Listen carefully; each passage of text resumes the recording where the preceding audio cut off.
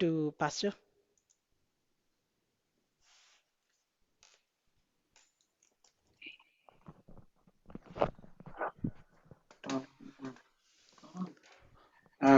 Good evening, everyone. ದೇವನಾಮಕ್ಕೆ ಮಹಿಮೆ ಉಂಟಾಗಲಿ. ಎಲ್ಲರಿಗೂ ಶುಭ ಸಂಜೆ. I just want to know who's translating. Sir, Venki. Venki, okay. Nice to have Venki translate whatever is going to be discussed. Thank you, Pastor. Who's presenting? Brother Akash will be presenting, I guess. Okay, Brother Rakesh and Venki. Okay, now in this 6 sessions that we are going to have, that is, how about the video? You want the video on? Yes, Pastor. Okay, start video.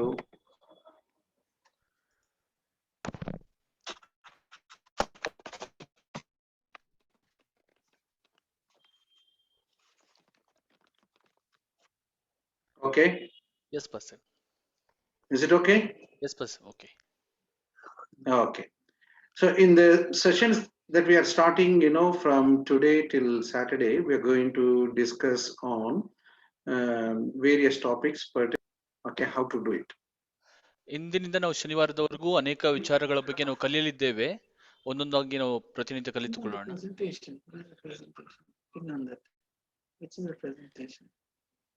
Okay, now, Brother Venki, have you received the PowerPoint presentations?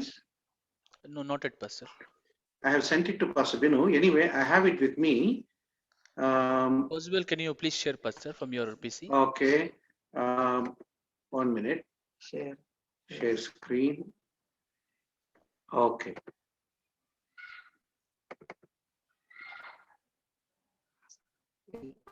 Okay, can you view it? Yes, Pastor, we can. Okay. Go to full screen. Now next, this side. Okay.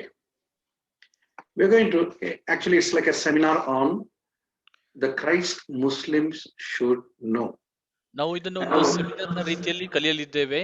ಯಾವ ರೀತಿಯಾಗಿ ಮುಸ್ಲಿಮರು ಕ್ರೈಸ್ತರನ್ನು ತಿಳಿದುಕೊಳ್ಳುವುದು ಎಂಬುದರ ಬಗ್ಗೆ ಇರುವಂತಹ ಅಧಿವೇಶನ.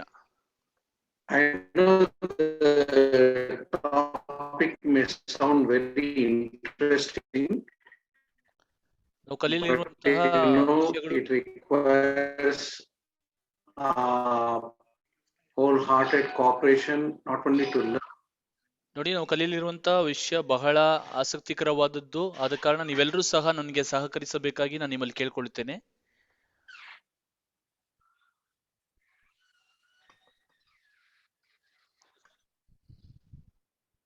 But I mention. Pastor, go ahead, Pastor. Okay, and this is the way we are going to look at the sessions. Firstly, we'll have an introduction. ನಾವು ಪ್ರಥಮವಾಗಿ introduction, ಈ ವಿಷಯಗಳನ್ನು ಕಲಿಯುವ ಮುಂಚೆ ನಾವು ಪರಿಚಯ ಮಾಡಿಕೊಳ್ಳೋಣ. I would like to introduce the topics that will be covered under introduction. That is pre-Islamic religious beliefs. That means the religious beliefs that were existing when Islam came into existence. Second one, we will talk about Islam itself. Third one, we'll talk about its prophet. Fourthly, we'll talk about caliphate. ನೋಡಿ, ನಾವು ಕಲಿಯಲಿರುವಂತಹ ಒಂದೊಂದು ವಿಷಯಗಳು ನಿಮ್ಗೆ screen ಅಲ್ಲಿ ಕಾಣ್ತಿದೆ. ಇಸ್ಲಾಂ ಧರ್ಮ ಯಾವ ರೀತಿ ಅಸ್ತಿತ್ವಕ್ಕೆ ಬಂತು, ಮತ್ತೆ ಇಸ್ಲಾಂ ಧರ್ಮದ ಕುರಿತಾಗಿ ನಾವು ಕಲಿಯೋಣ. ಅದೇ ನಂತರ ಪ್ರವಾದಿಗಳ ಬಗ್ಗೆ ಕಲಿಯೋಣ. ನಂತರ ಕ್ಯಾಲಿಫೇಟ್ ಎಂಬಂತ ಒಂದು ವಿಷಯದ ಬಗ್ಗೆ ನಾವು ಕಲಿತುಕೊಳ್ಳೋಣ.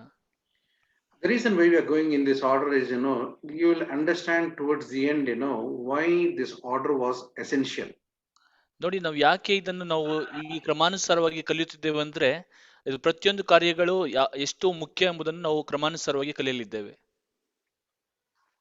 So I pray by the time we end this session on Saturday, we would have got a good insight on how to reach Muslims by understanding what they believe in first. ಈ ವಿಷಯಗಳನ್ನು ಕಲಿಯುವಂತ ಕೊನೆಯಲ್ಲಿ ನಮಗೆ ಸಾಧ್ಯವಾಗುತ್ತದೆ ಯಾವ ರೀತಿ ಮುಸಲ್ಮಾನರಿಗೆ ಕ್ರಿಸ್ತನ ಬಗ್ಗೆ ನಾವು ತಿಳಿಸಬೇಕೆಂಬುದರ ಕುರಿತಾಗಿ. And the second part of this particular presentation, we're going to look at the basic beliefs in Islam.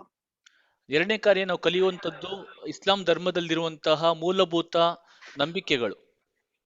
We are going to look at the revelation. We are going to look at the 5 pillars. We are going to look at the different beliefs. We are going to even have a glimpse of what namaz in Sharia law is all about.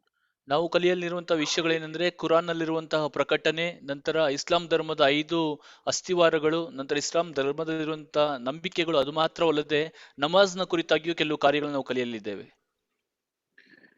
And then, after that, we are going to get into something more interesting. ಇದಾದ ನಂತರ ನಾವು ಇನ್ನೂ ಆಸಕ್ತಿಕರವಾಗಿರುವಂತಹ ಕೆಲವು ವಿಷಯಗಳಿಗೆ ಹೋಗಲಿದ್ದೇವೆ. We are going to look at the uniqueness of Christ in Islam, that is, the titles that Jesus Christ has, his person, his mission, and his second coming. ನಂತರ ನಾವು ಯಾವ ರೀತಿ ಕ್ರಿಸ್ತನ ಬಗ್ಗೆ ಇಸ್ಲಾಂ ಧರ್ಮದಲ್ಲಿ ಏನು ಸಂಗತಿಗಳು ಹೇಳಲ್ಪಟ್ಟಿದೆ ಎಂಬುದರ ಬಗ್ಗೆ ನಾವು ಕಲಿಯಲಿದ್ದೇವೆ. ಅದು ಯೇಸು ಕ್ರಿಸ್ತನಿಗಿರುವಂತಹ ಹೆಸರುಗಳಾಗಿರ್ಬೋದು, ಆತನ ವ್ಯಕ್ತಿತ್ವ, ಆತನ ಸೇವೆ, ನಂತರ ಆತನ ಎರಡನೇ ಬರೋಣದ ಬಗ್ಗೆ ನಾವು ಕಲಿಯಲಿದ್ದೇವೆ. And then we are going to look at the uniqueness of Christians in Islam, that is, we are called the people of the book, and we are also called superior to others.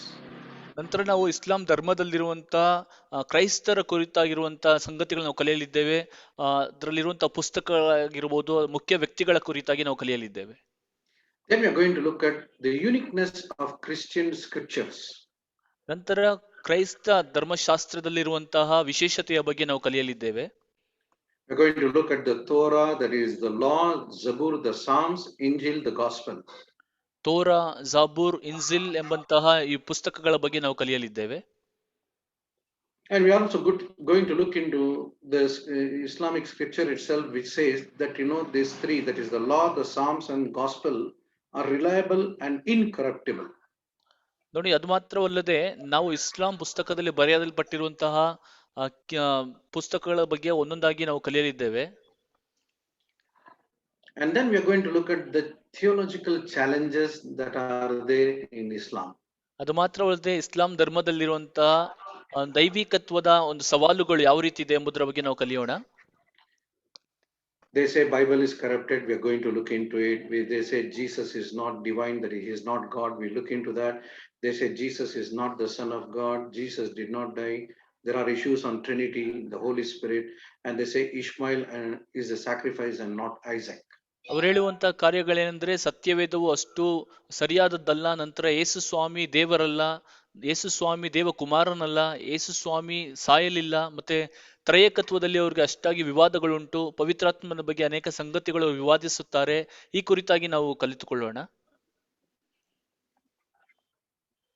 And then we're going to look at how to reach Muslims and the challenges in reaching Muslims. ಇದಾದ ನಂತರ ನಾವು ಯಾವ ರೀತಿ ಮುಸಲ್ಮಾನ ಜನರನ್ನು ತಲುಪಲು ಸಾಧ್ಯ ಮತ್ತು ಅವರನ್ನು ತಲುಪುವಾಗ ನಾವು ಎಂತೆಂಥ ಸವಾಲುಗಳನ್ನು ಎದುರಿಸಬೇಕು ಎಂಬುದರ ಬಗ್ಗೆ ನಾವು ಕಲಿತುಕೊಳ್ಳೋಣ.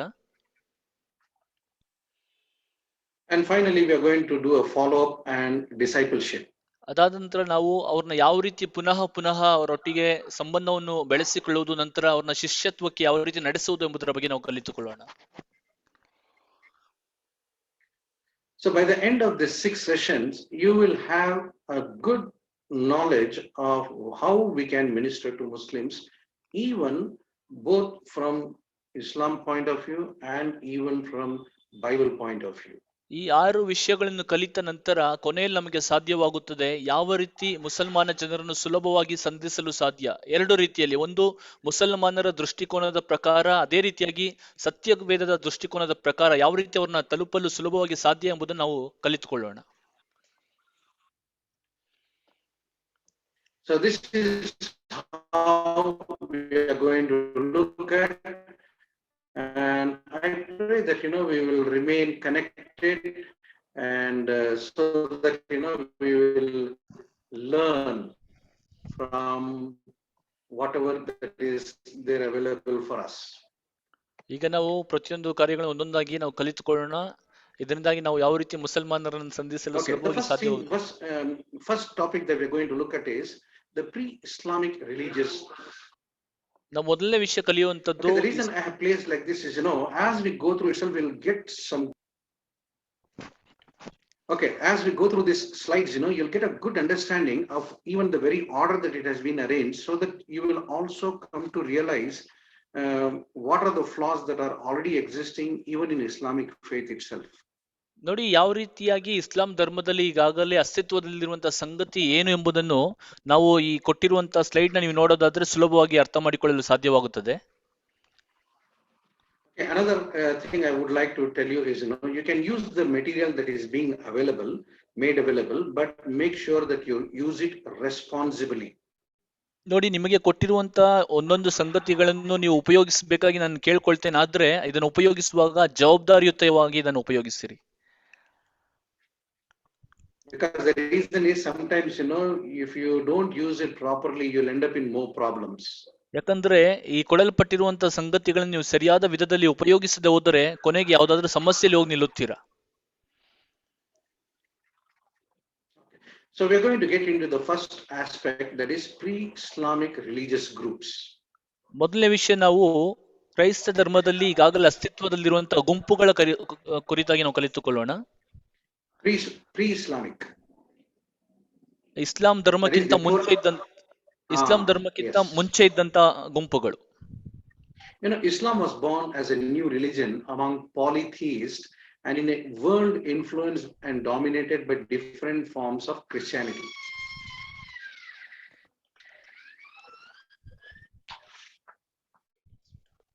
Pastor, can you please repeat?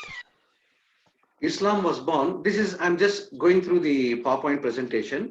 Okay. Islam was born as a new religion among polytheists in a world influenced and dominated by different forms of Christianity.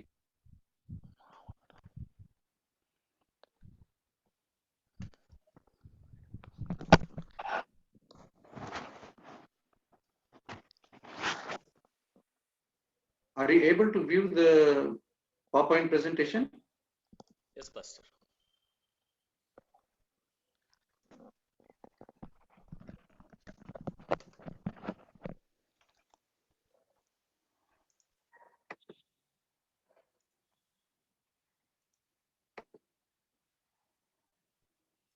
Are you able to view the PowerPoint presentation? Yeah, Pastor, I can continue with the PowerPoint. Okay. Now, what I meant to say is, when Islam came into existence, there were other religions already existent, and many of them were called polytheist religions. That means, with many gods. They worship many gods.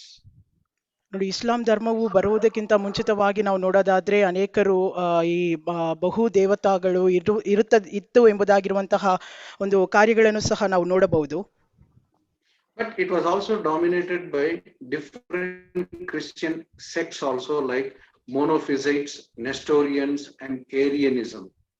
ನೋಡಿ, ಇಂತಹ ಕಾರ್ಯಗಳು ಕ್ರೈಸ್ತ ಜನರಾದಂತಹ ಮೊನೋಥೆಸ್ಟ್ ಎಂಬುದಾಗಿರುವಂತಹ ಒಂದೇ ದೇವತಾ ಏಕದೇವತೆ ಎಂಬುದಾಗಿರುವಂತಹ ಜನರು ಸಹ ಆ ವಿಷಯಗಳನ್ನು ಹಿಂಬಾಲಿಸುತ್ತಿದ್ದಾರೆ ಎಂಬುದಾಗಿರುವಂತಹ ಕಾರ್ಯವನ್ನು ನೋಡಬಹುದು. And there was no strong organized church in Arabia at that time. ನೋಡಿ, ಆಗಿನ ಸಮಯದಲ್ಲಿ ಅರೇಬಿಯಾದಲ್ಲಿ ಅಷ್ಟು ಉನ್ನತವಾದಂತ ಒಂದು ಸಭೆ ಯಾವುದು ಇರಲಿಲ್ಲ, ಬಲಿಷ್ಠವಾದಂತ ಸಭೆ ಯಾವುದು ಇರಲಿಲ್ಲ. And the population was familiar with Christian ideas. ನೋಡಿ, ಅಲ್ಲಿದ್ದಂತಹ ಜನಸಂಖ್ಯೆಯು ಸಹ ಕ್ರೈಸ್ತ ಧರ್ಮದ ಆಲೋಚನೆಗಳೇ ಹೆಚ್ಚಾಗಿತ್ತು. So Muhammad's views on Christ reflect the views of Christian community of his time. ನೋಡಿ, ಮೊಹಮ್ಮದ್ ಅವರ ವ್ಯಕ್ತಿತ್ವವು ಅಥವಾ ಅವರು ಹೇಳುವಂತ ಹೇಳಿಕೆಗಳು ಕ್ರೈಸ್ತ ಜನರಿಗೂ ಹೋಲಿಕೆಯಾದಂತ ಒಂದು ಹೇಳಿಕೆಗಳಾಗಿತ್ತು. So whatever Christians believed at that time, he had an idea of what their beliefs are.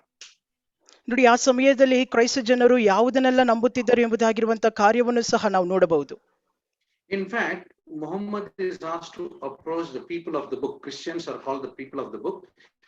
That if he had any doubt about the revelation received by them, you go and ask them. Pastor, I think we are facing some network issue. Pastor, can you just switch off video, Pastor, so that internet will be good? Now we are getting a frequent disconnection.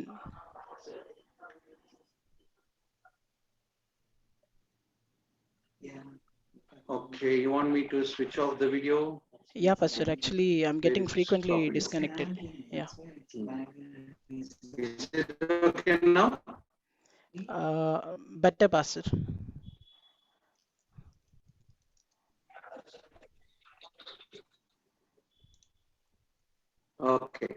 Now I am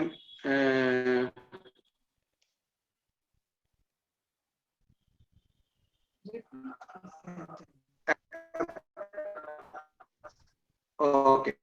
Now you see, Muhammad, he was asked, Prophet Muhammad was asked to approach the people of the book if he had any doubts concerning the revelation received by them. ನೋಡಿ ಮೊಹಮ್ಮದ್ ಪ್ರವಾದಿಯಾದಂತಹ ಮೊಹಮ್ಮದ್ ದೇವಜನರ ಮಧ್ಯದಲ್ಲಿ ಆತನು ಹೋಗಿ ತನ್ನ ಪುಸ್ತಕಗಳನ್ನು ತೇಲಿಸುವಾಗ ಅದರಲ್ಲಿರುವಂತಹ ಪ್ರಕಟಣೆಗಳ ಕುರಿತಾಗಿ ಆತನಲ್ಲಿಯೇ ಸಹ ವಿವರಣೆಗಳನ್ನು ಕೇಳುತ್ತಿದ್ದರು.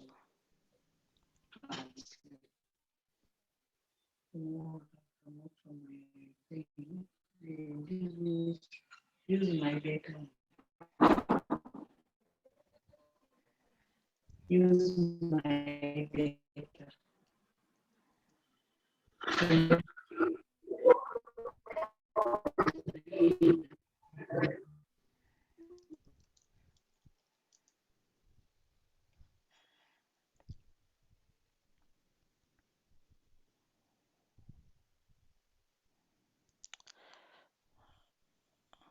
Okay, ನಾವು ಪ್ರಾರ್ಥಿಸ್ತಾ ಇರೋಣ. ಪಾಸ್ಟರ್ದು ನೆಟ್ವರ್ಕ್ ಪ್ರಾಬ್ಲಮ್ ಇದೆ, ಇಶ್ಯೂ ಕಟ್ ಆಗಿದೆ. ಸೊ ನಾವೆಲ್ಲರೂ ಪ್ರಾರ್ಥನೆ ಮಾಡ್ತಾ ಇರೋಣ. ಹಾಲೆಲೂಯಾ. ಮತ್ತೆ ಅವರು ಜಾಯ್ನ್ ಆಗೋವರೆಗೂ ಯಾವುದೇ ರೀತಿಯಾದ ಇಂಟರ್ನೆಟ್ ಪ್ರಾಬ್ಲಮ್ಸ್ ಇಲ್ಲದಂತೆ ಈ ಸತ್ಯವೇದದ ಅಧ್ಯಯನವನ್ನು ನಾವು ಮುಂದುವರಿಸುವಂತೆ ದೇವರು ನಮಗೆ ಸಹಾಯ ಮಾಡಲಿ ಎಂಬುದಾಗಿ ನಾವು ಪ್ರಾರ್ಥಿಸುತ್ತಾ ಇರೋಣ. Hallelujah. Thank you Jesus, thank you father ಯೇಸುವೇ. ಹಾಲೆಲೂಯಾ. ಕರ್ತನೇ ಅಪ್ಪ ಸ್ವಾಮಿ, ನಿನ್ನ ವಾಕ್ಯವನ್ನು ಕೇಳುವಾಗ ಕರ್ತನೇ ಹಾಲೆಲೂಯಾ ದೇವರೇ, ಯಾವುದೇ ರೀತಿಯಾದ ತೊಂದರೆಗಳು ಕರ್ತನೇ ಬರದಂತೆ ಸ್ವಾಮಿ ಹಾಲೆಲೂಯಾ ದೇವರೇ ನೀನು ನಮ್ಮನ್ನು ಮುನ್ನಡೆಸುವುದಾಗಿ ಪ್ರಾರ್ಥಿಸುತ್ತಿದ್ದೇವೆ. ಹಾಲೆಲೂಯಾ ದೇವರೇ, ಈ ಪ್ರಾರ್ಥನೆ ಕೂಟವು ಕರ್ತನೆ ಹಾಲೆಲೂಯಾ ದೇವರೇ ಅಪ್ಪ ಕರ್ತನೆ ಹಾಲೆಲೂಯಾ ನಿನ್ನ ನಾಮದ ಮಹಿಮೆಗಾಗಿ ನಾವು ಮಾಡುತ್ತಿದ್ದೇವೆ ಸ್ವಾಮಿ. ಹಾಲೆಲೂಯಾ ದೇವರೇ, ಎಲ್ಲ ಸನ್ನಿವೇಶದಲ್ಲಿಯೂ ಕರ್ತನೆ ನಿನ್ನ ಸಾನ್ನಿಧ್ಯವು ನಮ್ಮನ್ನು ನಡೆಸಲಿ ಎಂಬುದಾಗಿ ನಿನ್ನಲ್ಲಿ ಪ್ರಾರ್ಥಿಸುತ್ತಿದ್ದೇವೆ ಸ್ವಾಮಿ. Hallelujah hallelujah hallelujah. ಯೇಸುವೇ ನಿನಗೆ ಸ್ತೋತ್ರ, ನಿನಗೆ ಸ್ತೋತ್ರ, ನಿನಗೆ ಸ್ತೋತ್ರ ಕರ್ತನೆ ಹಾಲೆಲೂಯಾ ದೇವರೇ ಅಪ್ಪ. ನಮ್ಮ ಸಹೋದರರಾದಂಥ ಕರ್ತನೆ ಮುಸಲ್ಮಾನರ ಮಧ್ಯದಲ್ಲಿ ಕರ್ತನೆ ಕ್ರಿಸ್ತನನ್ನು ಯಾವ ರೀತಿಯಾಗಿ ನಾವು ಹಂಚಿಕೊಳ್ಳಬಹುದು, ಯಾವ ರೀತಿಯಾಗಿ ಈ ಸಂದೇಶವನ್ನು ಅವರೊಟ್ಟಿಗೆ ಹೇಳಬಹುದು ಎಂಬುದಾಗಿರುವಂಥ ಕಾರ್ಯವನ್ನು ದೇವರೇ ತಿಳಿದುಕೊಳ್ಳುವಂತೆ ನಾವು ಇಲ್ಲಿ ಬಂದಿದ್ದೇವೆ ಸ್ವಾಮಿ. ಹಾಲೆಲೂಯಾ ದೇವರೇ, ಈ ಸಮಯವನ್ನು ಕರ್ತನೆ ಹಾಲೆಲೂಯಾ ಈ ಬೈಬಲ್ ಸ್ಟಡಿಯನ್ನು ದೇವರೇ ನೀನು ನಮಗೆ ಆಶೀರ್ವದಿಸಿ ಕೊಡಿ ಎಂಬುದಾಗಿ ನಿನ್ನಲ್ಲಿ ಪ್ರಾರ್ಥಿಸುತ್ತಾ ಇದ್ದೇವೆ ಕರ್ತನೆ. Hallelujah. Thank you Jesus, thank you father ಯೇಸುವೇ. ನಿನಗೆ ಸ್ತೋತ್ರ ಮಾಡುತ್ತಿದ್ದೇವೆ ಕರ್ತನೆ. ಹಾಲೆಲೂಯಾ ದೇವರೇ ಅಪ್ಪ ಕರ್ತನೆ ಪಾಸ್ಟರ್ ರೆವರೆಂಡ್ ಅಬ್ದುಲ್ ಕರೀಂ ಅವರನ್ನು ಕರ್ತನೆ ನೀನು ಬಲಪಡಿಸು ಎಂಬುದಾಗಿ ಪ್ರಾರ್ಥಿಸುತ್ತಿದ್ದೇವೆ. ಟ್ರಾನ್ಸ್ಲೇಟ್ ಮಾಡುವಂಥವರನ್ನು ಬಲಪಡಿಸು ಕರ್ತನೆ. ಹಾಲೆಲೂಯಾ. ಥ್ಯಾಂಕ್ ಯು ಜೀಸಸ್ ಯೇಸುವೇ. ನಿನಗೆ ಸ್ತೋತ್ರ, ನಿನಗೆ ಸ್ತೋತ್ರ, ನಿನಗೆ ಸ್ತೋತ್ರ ಕರ್ತನೆ, ನಿನಗೆ ಸ್ತೋತ್ರ ಸ್ವಾಮಿ. Hallelujah hallelujah hallelujah hallelujah. ಯೇಸುವೇ ನಿನಗೆ ಸ್ತೋತ್ರ ಸ್ತೋತ್ರ ಸ್ತೋತ್ರ ಸ್ತೋತ್ರ ಸ್ತೋತ್ರ ಸ್ತೋತ್ರ ಕರ್ತನೆ. Hallelujah. Amen amen amen amen. Hallelujah. Thank you Jesus, thank you father ಯೇಸುವೇ. ನಿನ್ನ ನಾಮಕ್ಕೆ ಮಹಿಮೆ ಉಂಟಾಗಲಿ ಕರ್ತನೆ, ನಿನ್ನ ನಾಮಕ್ಕೆ ಮಹಿಮೆ ಉಂಟಾಗಲಿ ಸ್ವಾಮಿ. Hallelujah hallelujah hallelujah. Thank you Jesus, thank you father ಯೇಸುವೇ. ನಿನಗೆ ಸ್ತೋತ್ರ. ಪರಲೋಕದಲ್ಲಿರುವಂಥ ನಮ್ಮ ತಂದೆಯೇ, ನಿನ್ನ ನಾಮವನ್ನು ಮಹಿಮೆ ಪಡಿಸುತ್ತಿದ್ದೇವೆ ಕರ್ತನೆ. ಹಾಲೆಲೂಯಾ ದೇವರೇ, ನಿನ್ನನ್ನೇ ಗಣಪಡಿಸುತ್ತಿದ್ದೇವೆ ರಾಜ. Hallelujah. Thank you Jesus, thank you father ಯೇಸುವೇ. ನಿನಗೆ ಸ್ತೋತ್ರ ಸ್ತೋತ್ರ ಸ್ತೋತ್ರ ಸ್ತೋತ್ರ ಸ್ತೋತ್ರ ಸ್ತೋತ್ರ. Amen amen amen. ಹಾಲೆಲೂಯಾ ದೇವರೇ, ನಮ್ಮ ಪ್ರಾರ್ಥನೆ ಕೇಳಿದಕ್ಕಾಗಿ ಸ್ತೋತ್ರ ಕರ್ತನೆ. ಹಾಲೆಲೂಯಾ. ಸ್ಟಡಿಯನ್ನು ಆಶೀರ್ವದಿಸು ಸ್ವಾಮಿ. ಯೇಸುವಿನ ನಾಮದಲ್ಲಿ ಬೇಡಿ ಹೊಂದಿದ್ದೇವೆ.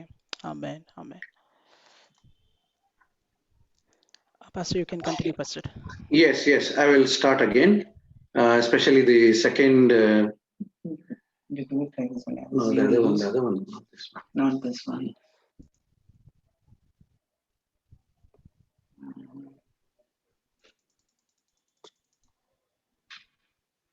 Which other one? All are gone. This is only coming. You want to open the. Yeah.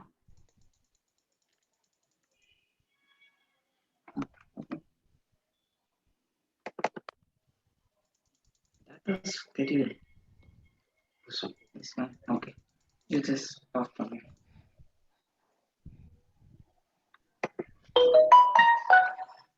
Okay. Ask if you want to look. Am I audible now? Yeah, Pastor. Are you able to see the PowerPoint presentation? Yeah, Pastor. Yeah. Okay. Sorry for the inconvenience. Sometimes, we can ask a question. Why is Prophet Muhammad asked to approach the Christians if they had any doubt on revelation? ನೋಡಿ, ನಮಗೆ ಅನೇಕ ವೇಳೆ ಈ ರೀತಿಯಾದ ಒಂದು ಸಂದೇಹಗಳು ಬರಬಹುದು. ಪ್ರವಾದಿಯಾದಂತಹ ಮೊಹಮ್ಮದ್ ದೇವಜನರ ಮಧ್ಯದಲ್ಲಿ ಹೋಗ್ಬಿಟ್ಟು ಯಾವ ರೀತಿಯಾಗಿ ಏತಕ್ಕಾಗಿ ಇದನ್ನು ಕೇಳಿದರು, ಏನಾದರೂ ಪ್ರಕಟಣೆಗಳಲ್ಲಿ ಸಂಶಯ ಇರುವುದಾದರೆ ಅದನ್ನು ವಿವರಿಸಿ ಎಂಬುದಾಗಿ ಯಾಕೆ ಕೇಳಬೇಕಾಯಿತು? When such kind of questions come, we will come to a conclusion that what Christians and Jews had were perfect, and that's the reason Muhammad was encouraged to go and ask them whether he was right, whether the revelation he received were right. ನೋಡಿ, ಯಾಕೆಂದ್ರೆ ಯಹೂದ್ಯ ಜನರು ದೇವರ ವಾಕ್ಯವನ್ನು ಸರಿಯಾಗಿ ಅರಿತಿದ್ದಂತ ಕಾರಣ ಪ್ರವಾದಿಯಾದಂತಹ ಮೊಹಮ್ಮದ್ ಅವರು ಅವರ ಬಳಿಗೆ ಹೋಗಿ ದೇವರ ವಾಕ್ಯದಲ್ಲಿರುವಂತಹ ಪ್ರಕಟಣೆಗಳನ್ನು, ಆ ವಿವರಗಳನ್ನು ತಿಳಿದುಕೊಳ್ಳುತ್ತಾ ಇದ್ದರು. So we can come to a conclusion saying, that Christians are not only the people of the book, they are much superior even to the founder of the religion of Islam. ನೋಡಿ, ನಾವು ಇದರಿಂದ ತಿಳಿದುಕೊಳ್ಳದಂತ ಒಂದು ಕಾರ್ಯ, ಯಹೂದ್ಯ ಜನರು ಬರೀ ದೇವರ ವಾಕ್ಯದಲ್ಲಿ ಮಾತ್ರ ಅವರು ಬುದ್ಧಿವಂತರು ಎಂಬುದಾಗಿ ಅಂತಲ್ಲ, ಬದಲಾಗಿ ಇಸ್ಲಾಂ ಜನಾಂಗವನ್ನು ಉಂಟು ಮಾಡಿದಂತಹ ಪ್ರವಾದಿಯಾದಂತಹ ಮೊಹಮ್ಮದ್ಗಿಂತ ಉನ್ನತವಾದಂತಹ ಜನರು ಎಂಬುದಾಗಿ ನಾವು ತಿಳಿದುಕೊಳ್ಳಬಹುದು. So it seems logical, since Islam draws a significant amount of its theological basis, it's all taking from Judeo-Christian tradition, that is Jewish and Christian traditions. ನೋಡಿ, ಈ ಇಸ್ಲಾಂ ಧರ್ಮದಲ್ಲಿ ಹಿಂಬಾಲಿಸುವಂತಹ ಎಲ್ಲ ದೈವಿಕವಾದಂತಹ ಶಾಸ್ತ್ರಗಳನ್ನು ಜುಡಿಯೋ ಕ್ರಿಶ್ಚಿಯನ್ ಎಂಬುದಾಗಿರುವಂತಹ ಯಹೂದ್ಯರು ಮತ್ತೆ ಕ್ರೈಸ್ತ ಜನರು ಪಾಲಿಸುವಂತಹ ಒಂದು ಟ್ರೆಡಿಷನ್ ಇಂದ ಅದನ್ನು ತೆಗೆದುಕೊಂಡಿದ್ದಾರೆ ಎಂಬುದಾಗಿ ನಾವು ತಿಳಿದುಕೊಳ್ಳಬಹುದು. And also it accepts both Old and New Testament as canonical. ನೋಡಿ, ಮತ್ತು ಅದು ಮಾತ್ರವಲ್ಲದೆ ಹಳೆ ಒಡಂಬಡಿಕೆ ಹೊಸ ಒಡಂಬಡಿಕೆಯಲ್ಲಿರುವಂತಹ ಕಾರ್ಯಗಳನ್ನು ಸಹ ಅದು ತೆಗೆದುಕೊಳ್ಳುತ್ತದೆ, ಅದನ್ನು ಸ್ವೀಕರಿಸುತ್ತದೆ ಎಂಬುದಾಗಿರುವಂತಹ ಕಾರ್ಯವನ್ನು ನಾವು ನೋಡಬಹುದು. And also we find the Judeo-Christian God firmly established as one single God at the very essence of Islamic belief system. That means, even Judaism and Christianity provided the one God theory to the religion of Islam. ನೋಡಿ, ಯಹೂದ್ಯ ಜನರು ಕ್ರೈಸ್ತ ಜನರು ಅವರು ನಂಬುವಂತದ್ದೇನು ಎಂಬುದಾಗಿ ನೋಡೋದಾದ್ರೆ ಒಂದೇ ದೇವರು ಎಂಬುದಾಗಿರುವಂತಹ ಒಂದು ಆಧಾರದ ಮೇಲೆ ತಮ್ಮ ನಂಬಿಕೆಯನ್ನು, ಅದೇ ರೀತಿಯಾಗಿ ಇಸ್ಲಾಂ ಜನರು ಸಹ ಅದನ್ನು ನಂಬುತ್ತಾರೆ. So we find there are different Christian groups that were existing at that time. ನೋಡಿ, ನಮಗೆ ತಿಳಿದು ಬರುವುದೇನೆಂದ್ರೆ ಆಗಿನ ಕಾಲದಲ್ಲಿ ಅನೇಕ ಕ್ರೈಸ್ತ ಜನರಾದಂತಹ ಒಂದು ಸಂಗತಿಗಳು, ಜನಾಂಗಗಳು ಇದ್ದರೆಂಬುದಾಗಿ ನಾವು ತಿಳಿದುಕೊಳ್ಳಬಹುದು. But these groups, were not from Orthodox Christianity, they were heretical groups. ನೋಡಿ, ಇವರು ಆರ್ಥೋಡಾಕ್ಸ್ ಎಂಬುದಾಗಿರುವಂತಹ ಒಂದು ಕ್ರೈಸ್ತ ಜನರಿಂದ ಬಂದಿಲ್ಲ ಎಂಬುದಾಗಿ ನಾವು ತಿಳಿದುಕೊಳ್ಳಬಹುದು. Orthodox means, they were not the actual true Christian groups. ನೋಡಿ, ಸಾಂಪ್ರದಾಯಿಕವಾಗಿರುವಂತಹ ಜನರು ಎಂಬುದಾಗಿ ನೋಡುವುದಾದ್ರೆ ಅವರು ಯಥಾರ್ಥವಾದಂತಹ ಕ್ರೈಸ್ತ ಜನರಲ್ಲ ಅಥವಾ ಯಹೂದ್ಯರಲ್ಲ ಎಂಬುದಾಗಿ. They were heretic groups. Heretic means, they believed something that was wrong about Jesus Christ. ನೋಡಿ, ಇವರು ಯಾವ ಜನಾಂಗಕ್ಕೆ ಸೇರಿಪಟ್ಟಂತ ಜನರು ಎಂಬುದಾಗಿ ನೋಡೋದಾದ್ರೆ ಯೇಸು ಸ್ವಾಮಿಯು ಅಲ್ಲದೆ ಇರುವಂತಹ ಅಥವಾ ಅವರನ್ನು ನಂಬದೇ ಇರುವಂತಹ ಜನಾಂಗಗಳಿಗೆ ಸೇರ್ಪಟ್ಟಂತಹ ಒಂದು ಜನರು. So we find same philosophies of these groups, have been even incorporated in Islam also. ನೋಡಿ, ಇಸ್ಲಾಂ ಧರ್ಮದಲ್ಲಿಯೂ ಸಹ ಇಂತಹ ಜನಾಂಗಗಳು ಅಂದ್ರೆ ಧರ್ಮದ್ರೋಹಿಗಳಾದಂತಹ ಅಥವಾ ಯೇಸುವನ್ನು ನಂಬದೇ ಇರುವಂತಹ ಒಂದು ಕಾರ್ಯದಲ್ಲಿ ಸೇರಲ್ಪಟ್ಟಂತಹ ಜನಾಂಗ ಎಂಬುದಾಗಿ ನಾವು ತಿಳಿದುಕೊಳ್ಳಬಹುದು. So that's where, there is a difference between true Christianity and heretic Christianity, and the views of Islam are more towards heretic Christianity. ನೋಡಿ, ಆದ್ದರಿಂದಲೇ ಯಥಾರ್ಥವಾದಂತಹ ಅಥವಾ ಸತ್ಯವಾದಂತಹ ಕ್ರೈಸ್ತ ಜನರಿಗೂ ಮತ್ತೆ ಈ ರೀತಿಯಾಗಿ ಯೇಸುವನ್ನು ನಂಬದೇ ಇರುವಂತಹ ಅಥವಾ ಧರ್ಮದ್ರೋಹಿಗಳು ಎಂಬುದಾಗಿ ಹೇಳುವಂತಹ ಯಹೂದ್ಯ ಜನರು, ಕ್ರೈಸ್ತ ಜನರ ಮಧ್ಯದಲ್ಲಿ ಒಂದು ವ್ಯತ್ಯಾಸವನ್ನು ನಾವು ನೋಡಬಹುದು. ಅದನ್ನೇ ಇಸ್ಲಾಂ ಜನರು ಸಹ ಹಿಂಬಾಲಿಸುವಂತದ್ದು. Now we look at Nestorianism. ನಾವು ಮುಂದೆ ಮತ್ತೊಂದು ಕಾರ್ಯಕ್ಕೆ ನಾವು ಮುಂದೆ ಸಾಗೋಣ. Nestorianism is a belief which denied that Jesus Christ was not divine. ನೋಡಿ, ನೆಸ್ಟೋರಿಯನಿಸಂ ಎಂಬುದಾಗಿ ಹೇಳೋದಾದ್ರೆ ಅದರ ಅರ್ಥವೇನೆಂಬುದಾಗಿ ನೋಡೋದಾದ್ರೆ ಯೇಸು ಸ್ವಾಮಿಗೆ ಒಂದು ದೈವಿಕವಾದಂತ ಕಾರ್ಯ ಇಲ್ಲ, ದೈವಿಕತ್ವ ಇಲ್ಲ ಎಂಬುದಾಗಿರುವಂತದ್ದು. Because he believed that, divine nature cannot be born anymore, then it can die. ಯಾಕಂದ್ರೆ ಅವರು ನಂಬುತ್ತಿದ್ದದ್ದು ಏನೆಂಬುದಾಗಿ ನೋಡೋದಾದ್ರೆ ಈ ರೀತಿಯಾದಂತಹ ಒಂದು ದೈವ ಪ್ರೇರಿತವಾದಂತ ಅಥವಾ ದೈವ ಗುಣಗಳಿರುವಂತವರು ಇನ್ನು ಮೇಲೆ ಹುಟ್ಟುವುದಿಲ್ಲ ಎಂಬುದಾಗಿರುವಂತದ್ದು. So it means, according to this, God cannot be born as a human. ಅದರ ಅರ್ಥವೇನು ಎಂಬುದಾಗಿ ನೋಡೋದಾದ್ರೆ ದೇವರು ಒಂದು ಮನುಷ್ಯನಾಗಿ ಹುಟ್ಟಲು ಸಾಧ್ಯವಿಲ್ಲ ಎಂಬುದಾಗಿ. And also he believed that God cannot die. ಅದೇ ರೀತಿಯಾಗಿ ಒಂದು ದೇವರು ಆತನು ಸಾಯಲು ಸಹ ಆಗುವುದಿಲ್ಲ ಎಂಬುದಾಗಿ. So now we know where Islam got that Jesus Christ is not God and Jesus did not die. It got it from Nestorianism. ನೋಡಿ, ಆಗ ನಾವು ತಿಳಿದುಕೊಳ್ಳಬಹುದು ಈ ಇಸ್ಲಾಂ ಜನರಾದಂಥ ಜನರು ಯೇಸು ಸ್ವಾಮಿಯು ಯಾತಕ್ಕಾಗಿ ದೇವರಿಲ್ಲ ಎಂಬುದಾಗಿ ಹೇಳುತ್ತಿದ್ದಾರೆ ಎಂಬುದಾಗಿ. ಈ ನೆಸ್ಟಟಾರಿಸಂ ಎಂಬುದಾಗಿರುವಂತಹ ಕಾರ್ಯ ಅದನ್ನು ಕುರಿತಾಗಿಯೇ ಅವರು ಯೇಸು ಸ್ವಾಮಿಯು ದೇವರಲ್ಲ ಎಂಬುದಾಗಿ ನಮಗೆ ಹೇಳ್ತಾರೆ. So during the time of Prophet Muhammad, we find there was already a group that did not believe Jesus is divine, and also it did not believe that Jesus died. ನೋಡಿ, ಪ್ರವಾದಿಯಾದಂತಹ ಮೊಹಮ್ಮದ್ ಅವರಿದ್ದಂತಹ ಆ ಕಾಲದಲ್ಲಿಯೇ ಒಂದು ಗುಂಪು ಜನರಿದ್ದರು. ಅವರು ನಂಬುವುದೇನೆಂದ್ರೆ ಯೇಸು ಸ್ವಾಮಿಯು ದೇವರಲ್ಲ, ಯಾಕಂದ್ರೆ ಒಂದು ದೇವರು ಮನುಷ್ಯನಾಗಿ ಹುಟ್ಟಲು ಸಾಧ್ಯವಿಲ್ಲ ಅಥವಾ ಸಾಯಲು ಸಾಧ್ಯವಿಲ್ಲ ಎಂಬುದಾಗಿರುವಂತಹ ಕಾರ್ಯ. So these are the two important challenges we have to deal with when we deal with Muslims. ನೋಡಿ, ಇಸ್ಲಾಂ ಜನರೊಟ್ಟಿಗೆ ನಾವು ಮಾತನಾಡುವಾಗ ಈ ಎರಡು ಕಾರ್ಯಗಳನ್ನು ನಾವು ಸ್ಪಷ್ಟವಾಗಿ ತಿಳಿದಿರಬೇಕಾಗಿದೆ, ಅದು ಅವಶ್ಯಕತೆಯಾಗಿದೆ. And they will definitely come out with this saying, Jesus is not God, Jesus did not die. ನೋಡಿ, ಅವರು ಖಂಡಿತವಾಗಿಯೂ ಹೇಳುವಂತದ್ದು ಯೇಸು ಸ್ವಾಮಿಯು ದೇವರಲ್ಲ, ಯೇಸು ಸ್ವಾಮಿಯು ಸತ್ತಿಲ್ಲ ಎಂಬುದಾಗಿ. And this idea came from one of the Christian sect that was already existing during the time of Prophet Muhammad. ನೋಡಿ, ಈ ಕಾರ್ಯಗಳು ಪ್ರವಾದಿಯಾದಂತಹ ಮೊಹಮ್ಮದ್ ಇದ್ದಂತಹ ಆ ಕಾಲದಲ್ಲೇ ಒಂದು ಗುಂಪು ಜನರು ಇದ್ದಂತಹ ಸ್ಥಿತಿಗಳಿಂದನೇ ಇದು ಹೊರಗೆ ಬಂದಿದ್ದು. And then we also find in this group of Nestorians there was a person by name Varaka. ನೋಡಿ, ಈ ರೀತಿಯಾದ ನೆಸ್ಟೋರಿಯನ್ ಎಂಬುದಾಗಿರುವಂತಹ ಒಂದು ಜನಾಂಗ ಮಧ್ಯದಲ್ಲಿ ಒಂದು ವ್ಯಕ್ತಿ ಇದ್ದನು, ಆತನ ಹೆಸರು ವರಾಕ ಎಂಬುದಾಗಿ. Varaka happened to be Khadija's cousin. ನೋಡಿ, ವರಾಕ ಎಂಬುದಾಗಿರುವಂತವರು ಖದೀಜ ಅವರ ಒಂದು ಸಂಬಂಧಿಯಾಗಿದ್ದರು. And Khadija was Prophet Muhammad's wife. Khadija ಅವರು ಪ್ರವಾದಿಯಾದಂತಹ ಮುಹಮ್ಮದ್ ಅವರ ಹೆಂಡತಿಯಾಗಿದ್ದರು. So it so happened that Varaka confirmed that Prophet Muhammad is the prophet. ನೋಡಿ, ಆದ್ದರಿಂದಲೇ ವರಾಕ ಅವರು ಹೇಳುವಂತದ್ದು ಏನು ಎಂಬುದಾಗಿ ನೋಡಿದ್ರೆ ಪ್ರವಾದಿಯಾದಂತಹ ಮೊಹಮ್ಮದ್ ಆತನೇ ನಿಜವಾದಂತಹ ಪ್ರವಾದಿ, ಯಥಾರ್ಥವಾದಂತಹ ಪ್ರವಾದಿ ಎಂಬುದಾಗಿ. So that means the prophethood did not come from God, only his cousin had to confirm that he is a prophet. ನೋಡಿ, ಅದರ ಅರ್ಥವೇನೆಂಬುದಾಗಿ ನೋಡೋದಾದ್ರೆ ಈ ಪ್ರವಾದಿಯು ದೇವರಿಂದ ಬಂದಿಲ್ಲ, ಬದಲಾಗಿ ಆತನ ಸಂಬಂಧಿಕನಾದಂತ ವರಾಕನು ಹೇಳಿದಂಥದ್ದು ಆತನು ನಿಜವಾದಂತ ಪ್ರವಾದಿ ಎಂಬುದಾಗಿ. And we also find this Nestorians had a monastery at Hira. ನೋಡಿ, ಮತ್ತೊಂದು ಕಾರ್ಯ ನಾವು ತಿಳಿದುಕೊಳ್ಳಬಹುದು, ಈ ನೆಸ್ಟೋರಿಯನ್ ಅವರು ಹೀರಾದಲ್ಲಿ ಇದ್ದಂತಹ, like monastery means is like their Bible college. ಅದೊಂದು ಸತ್ಯವೇದ ಪಾಠಶಾಲೆಯಾಗಿತ್ತು. ಮಾನಸ್ಟ್ರಿ ಎಂಬುದಾಗಿರುವಂತಹ ಒಂದು ಸತ್ಯವೇದ ಪಾಠಶಾಲೆ. And they had established it in 5th century. ಅದನ್ನು 5ನೇ ಶತಮಾನದಲ್ಲಿ ಅದನ್ನು ಪ್ರಾರಂಭಿಸಿದರು. And there the Christian monks they used to bow down and pray. ನೋಡಿ, ಅಲ್ಲಿದ್ದಂತಹ ಕ್ರೈಸ್ತ ಜನರು ಹೇಗಿದ್ದರು ಎಂಬುದಾಗಿ ನೋಡೋದಾದ್ರೆ ಅವರು ಮೊಣಕಾಲೂರಿ ಅಥವಾ ಅಡ್ಡ ಬಿದ್ದು ಪ್ರಾರ್ಥನೆ ಮಾಡುತ್ತಿದ್ದರು. In the same way even namaz is also offered today.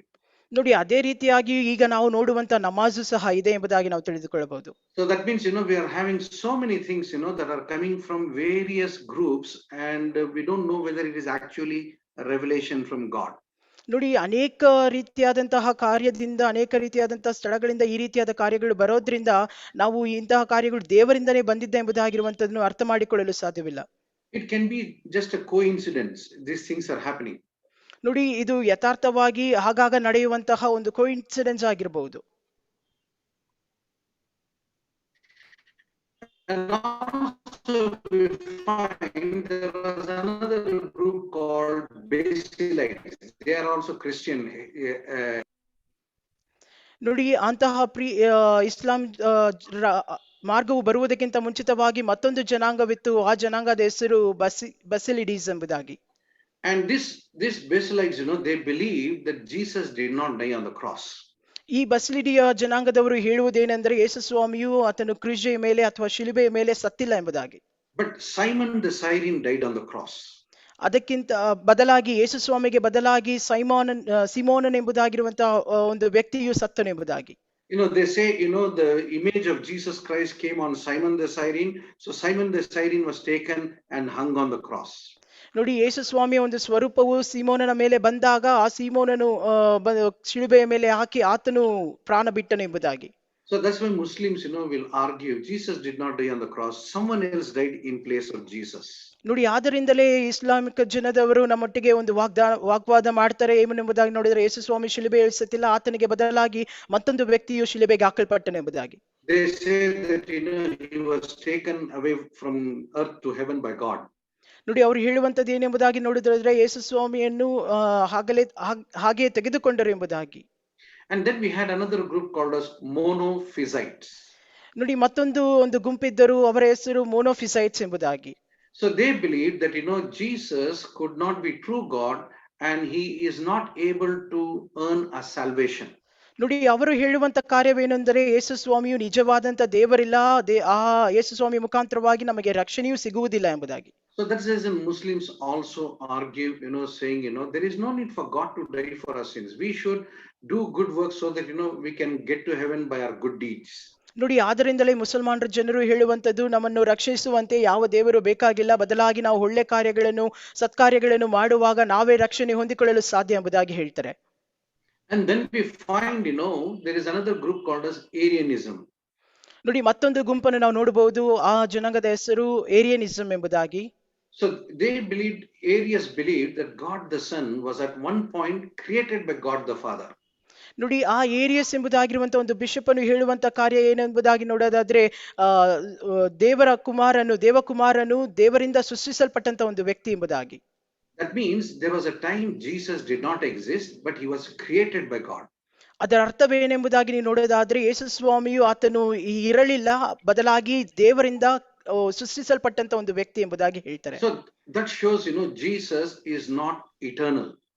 ಆದ್ದರಿಂದಲೇ ಅವರು ಹೇಳುವಂತದ್ದು ಯೇಸು ಸ್ವಾಮಿಯು ನಿತ್ಯತೆಯಲ್ಲಿರುವಂತವರಲ್ಲ, ನಿತ್ಯನಾದಂತವನಲ್ಲ ಎಂಬುದಾಗಿ. See, these are the questions, Muslims will come and ask you, saying, Jesus is not eternal because he was created. ನೋಡಿ ಇಂತಹ ಕಾರ್ಯಗಳನ್ನೇ ಮುಸಲ್ಮಾನರ ಜನರು ನಮ್ಮ ಬಳಿಗೆ ಬಂದು ಹೇಳುವಂತದ್ದು, ಯೇಸು ಸ್ವಾಮಿಯು ನಿತ್ಯನಾದಂತವನಲ್ಲ, ಆದ್ದರಿಂದ ನಾವು ಆತನನ್ನು ದೇವರೆಂಬುದಾಗಿ ಅಂಗೀಕರಿಸಲು ಸಾಧ್ಯವಿಲ್ಲ ಎಂಬುದಾಗಿ. So these are the challenges, you have to face and confront them and answer them. ನೋಡಿ ಇಂತಹ ರೀತಿಯಾದಂತ ಒಂದು ಸವಾಲುಗಳನ್ನು ಅವರ ಮುಂದಾಗಿ ಹೋಗುವಾಗ ನಾವು ಎದುರಿಸಲು ಬೇಕಾಗುತ್ತದೆ. And we are going to teach you how to answer on these issues. ನೋಡಿ ನಾವು ಈಗ ಹೇಳಿದಂತಹ ಎಲ್ಲ ಕಾರ್ಯದಲ್ಲಿ ಅದಕ್ಕೆ ನಾವು ಯಾವ ರೀತಿಯಾಗಿ ಪ್ರತ್ಯುತ್ತರ ಕೊಡಬಹುದು ಎಂಬುದಾಗಿ ನಾವು ಈ ಪಾಠಶಾಲೆಯಲ್ಲಿ ಕಲಿಯಲಿದ್ದೇವೆ. And then we also find that there were Jewish people also at the time. ನೋಡಿ ಆಗಿನ ಕಾಲದಲ್ಲಿ ಮತ್ತೊಂದು ಯಹೂದ್ಯ ಜನರು ಸಹ ಜನಾಂಗಗಳು ಇದ್ದರು ಎಂಬುದಾಗಿ ನಾವು ನೋಡಬಹುದು. Jews, believed, of eating good meat, not defiled meat. ನೋಡಿ ಆಗಿದ್ದಂತಹ ಯಹೂದ್ಯ ಜನರು ಅವರು ಊಟ ಮಾಡುತ್ತಿದ್ದಂತಹ ಕಾರ್ಯ ಎಂಬುದಾಗಿ ಚೆನ್ನಾಗಿರುವಂತಹ ಒಂದು ಮಾಂಸವನ್ನು ತಿನ್ನುತ್ತಿದ್ದರು. ಅಳಿದು ಹೋದಂತಹ ಅಥವಾ ಕೆಟ್ಟು ಹೋದಂತಹ ಮಾಂಸವನ್ನು ಅವರು ಅಶುದ್ಧವಾದಂತಹ ಮಾಂಸವನ್ನು ಅವರು ಮುಟ್ಟುತ್ತಿರಲಿಲ್ಲ. So this talks about that halal meat which Muslims speak about and Jews call it as kosher. ನೋಡಿ ಅದರಿಂದಲೇ ಈಗಿರುವಂತಹ ಈ ರೀತಿಯಾದ ಕಾರ್ಯಗಳು ಹೇಳ್ತದೆ, ಈ ವಾಕ್ಯವು ಹೇಳೋದ ಪ್ರಕಾರವಾಗಿ ಹಲಾಲ್ ಮೀಟ್ ಎಂಬುದಾಗಿ ಹೇಳ್ತಾರೆ, ಅದನ್ನು ಇಸ್ಲಾಂ ಜನರು ಕೋಶ್ಯರ್ ಎಂಬುದಾಗಿ ಹೇಳ್ತಾರೆ. And then it talks about no eating pork, that is according to Old Testament, circumcision according to Old Testament, stoning according to Old Testament. ನೋಡಿ ಅದೇ ಹೇಳುವಂತದ್ದು ಹಳೆ ಒಡಂಬಡಿಕೆಯ ಪ್ರಕಾರವಾಗಿ ನಾವು ಹಂದಿ ಮಾಂಸವನ್ನು ತಿನ್ನುವುದು ಅಥವಾ ಸುನ್ನತಿಯ ಕುರಿತಾಗಿ ಅಥವಾ ನಾವು ಟ್ಯಾಟೋ ಹಾಕೊಳ್ಳುವಂತ ಕಲ್ಲೊಡೆದು ಸಾಯಿಸುವಂತ ಕುರಿತಾಗಿರುವಂತ ಕಾರ್ಯಗಳನ್ನು ಹೇಳುವಂತದ್ದು. And then we also find, Muslims, they pray in one direction. ನೋಡಿ ನಾವು ಮತ್ತೊಂದು ನೋಡುವಂತದ್ದು, ಮುಸಲ್ಮಾನರ ಜನರು ಒಂದು ಕಡೆಗೆ ಒಂದು ದಿಕ್ಕಿನಲ್ಲಿ ನಿಂತು ಪ್ರಾರ್ಥಿಸುವಂತದ್ದು ನಾವು ನೋಡಬಹುದು. It is called now, at presently it is Mecca. They face towards the site of Mecca. They face that side. ನೋಡಿ ನಾವು ಈಗ ನೋಡುವುದಾದ್ರೆ ಅವರು ಮೆಕ್ಕಾ ಇರುವಂತಹ ಒಂದು ದಿಕ್ಕಿಗೆ ಕಡೆಗೆ ತಿರುಗಿಕೊಂಡು ಅವರು ಪ್ರಾರ್ಥನೆ ಮಾಡ್ತಾರೆ. But initially when Islam started, Jerusalem was that, Qibla. Qibla means the direction in which they had to offer prayer. ನೋಡಿ ಆದ್ರೆ ಇದಕ್ಕಿಂತ ಮುಂಚಿತವಾಗಿ ಇಸ್ಲಾಂ ಜನರು ಬರುವುದಕ್ಕಿಂತ ಮುಂಚಿತವಾಗಿ ಅವರು ಹೇಗೆ ಪ್ರಾರ್ಥನೆ ಮಾಡ್ತಿದ್ದಾರೆ ಎಂಬುದಾಗಿ ನೋಡೋದಾದ್ರೆ, ಹಿಬ್ಲಾ ಎಂಬುದಾಗಿರುವಂತಹ ಒಂದು ದಿಕ್ಕಿಗೆ ತಿರುಗಿಕೊಳ್ಳುತ್ತಾರೆ. ಅದು ಯೆರೂಸಲೇಮನ್ನು ಸೂಚಿಸುವಂತದ್ದು. Just like how Daniel, he opened the windows towards Jerusalem and he prayed. ಹೇಗೆ ದಾನಿಯೇಲನು ತನ್ನ ಕಿಟಿಕೆಯನ್ನು ತೆರೆದು ಯೆರೂಸಲೇಮಿನ ಕಡೆಗೆ ನಿಂತು ಪ್ರಾರ್ಥನೆ ಮಾಡಿದನು, ಮೊಣಕಾಲೂರಿ ಪ್ರಾರ್ಥನೆ ಮಾಡಿದನು, ಅದೇ ರೀತಿಯಲ್ಲಿ. So now, with all this I have mentioned, the reason is to show how much of Islam and how much of Christianity and Judaism is there in Islam. ನೋಡಿ ಇದನ್ನು ಹೇಳುವಂತ ಕಾರ್ಯವೇನೆಂದರೆ, ನಮ್ಮ ಮುಸಲ್ಮಾನರ ಒಂದು ಮಾರ್ಗದಲ್ಲಿರುವಂತವರು ಮತ್ತೆ ಆಗಿನ ಕಾಲದಲ್ಲಿದ್ದಂತಹ ಯಹೂದ್ಯ ಜನರು ಇಸ್ಲಾಮಿಕ್ ಮಾರ್ಗದಲ್ಲಿರುವಂತವರಿಗೆ ಹೋಲಿಕೆಯಾದಂತ ಕಾರ್ಯಗಳನ್ನು ನಾನು ತಿಳಿಸಿಕೊಡ್ತಾ ಇದ್ದೇನೆ. So to some extent, we can even say that, Islam is like a Christian sect, one of the groups. ನೋಡಿ ನಾವು ಇನ್ನೊಂದು ರೀತಿಯಲ್ಲಿ ಹೇಳೋದಾದ್ರೆ ಈ ಇಸ್ಲಾಂ ಜನರು ಇಸ್ಲಾಂ ಧರ್ಮದವರು ಕ್ರೈಸ್ತ ಜನರ ಒಂದು ಭಾಗವಾಗಿದ್ದಾರೆ ಎಂಬುದಾಗಿ ನಾವು ಹೇಳ್ಬಹುದು. I would say, like, like Nestorians who are a heretic Christian group, Islam also is like a heretic Christian group. ನೋಡಿ ನಾನು ಹೇಳಿದ ಪ್ರಕಾರವಾಗಿ ನೆಸ್ಟೋರಿಸಂ ಎಂಬುದಾಗಿ ಹೇಳುವಂತದ್ದು ಧರ್ಮದ್ರೋಹಿಗಳಾಗಿರುವ ಪ್ರಕಾರವಾಗಿಯೇ ಈ ಇಸ್ಲಾಂ ಜನರು ಸಹ ಇದ್ದಾರೆ ಎಂಬುದಾಗಿ ನಾವು ಹೇಳಬಹುದು. And then they had even polytheistic religions also at that time. ನೋಡಿ ಆಗಿನ ಕಾಲದಲ್ಲಿ ಪಾಲಿಥಿಸಂ ಅಂದ್ರೆ ಅನೇಕ ದೇವರನ್ನು ಆರಾಧಿಸುವಂತ ಕಾರ್ಯಗಳು. And we find one of the goddesses at that time was Al-Uzza. ನೋಡಿ ಆಗಿನ ಕಾಲದಲ್ಲಿ ಇದ್ದಂತಹ ಒಂದು ದೇವತೆಯ ಹೆಸರು ನೀವು ನೋಡಬಹುದು ಅಲ್ ಉಜ್ಜಾ ಎಂಬುದಾಗಿ. This also is being mentioned in Quran also. ನೋಡಿ ಇದರ ಕುರಿತಾಗಿ ಕುರಾನಲ್ಲೂ ಸಹ ಬರೆಯಲ್ಪಟ್ಟಿದೆ. And then we find there was three other deities. They were called Allat, Al-Uzza and Al-Manat. ನೋಡಿ ಮತ್ತೊಂದು 3 ದೇವತೆಗಳ ಕುರಿತಾಗಿ ಬರೆಯುತ್ತಿದೆ. ಅದರ ಹೆಸರುಗಳು ಹಲ್ಲತ್, ಅಲ್ ಉಜ್ಜಾ ಮತ್ತೆ ಮನತ್ ಎಂಬುದಾಗಿ. That means they had variety of worship going on. ನೋಡಿ ಅದರ ಅರ್ಥವೇನೆಂದರೆ ಏನೆಂಬುದಾಗಿ ನೋಡೋದಾದ್ರೆ ಅವರು ಅಲ್ಲಿದ್ದಂತಹ ಜನರು ಅನೇಕ ರೀತಿಯಾದಂತಹ ಆರಾಧನೆಗಳನ್ನು ಅವರು ಹಿಂಬಾಲಿಸುತ್ತಿದ್ದರು. Many of the religions were idol worship. ಅನೇಕ ಜನಾಂಗಗಳು ಅಥವಾ ಜಾತಿಗಳು ವಿಗ್ರಹಾರಾಧನೆಯನ್ನು ಮಾಡುತ್ತಿದ್ದರು. Except for Christianity and Judaism. ಯಹೂದ್ಯ ಜನರು ಅವರು ಮಾಡುತ್ತಿದ್ದಂತಹ ಕಾರ್ಯ ಅಥವಾ ಕ್ರೈಸ್ತ ಜನರು ಹಿಂಬಾಲಿಸಿದಂತಹ ಆರಾಧನೆಯನ್ನು ಬಿಟ್ಟು.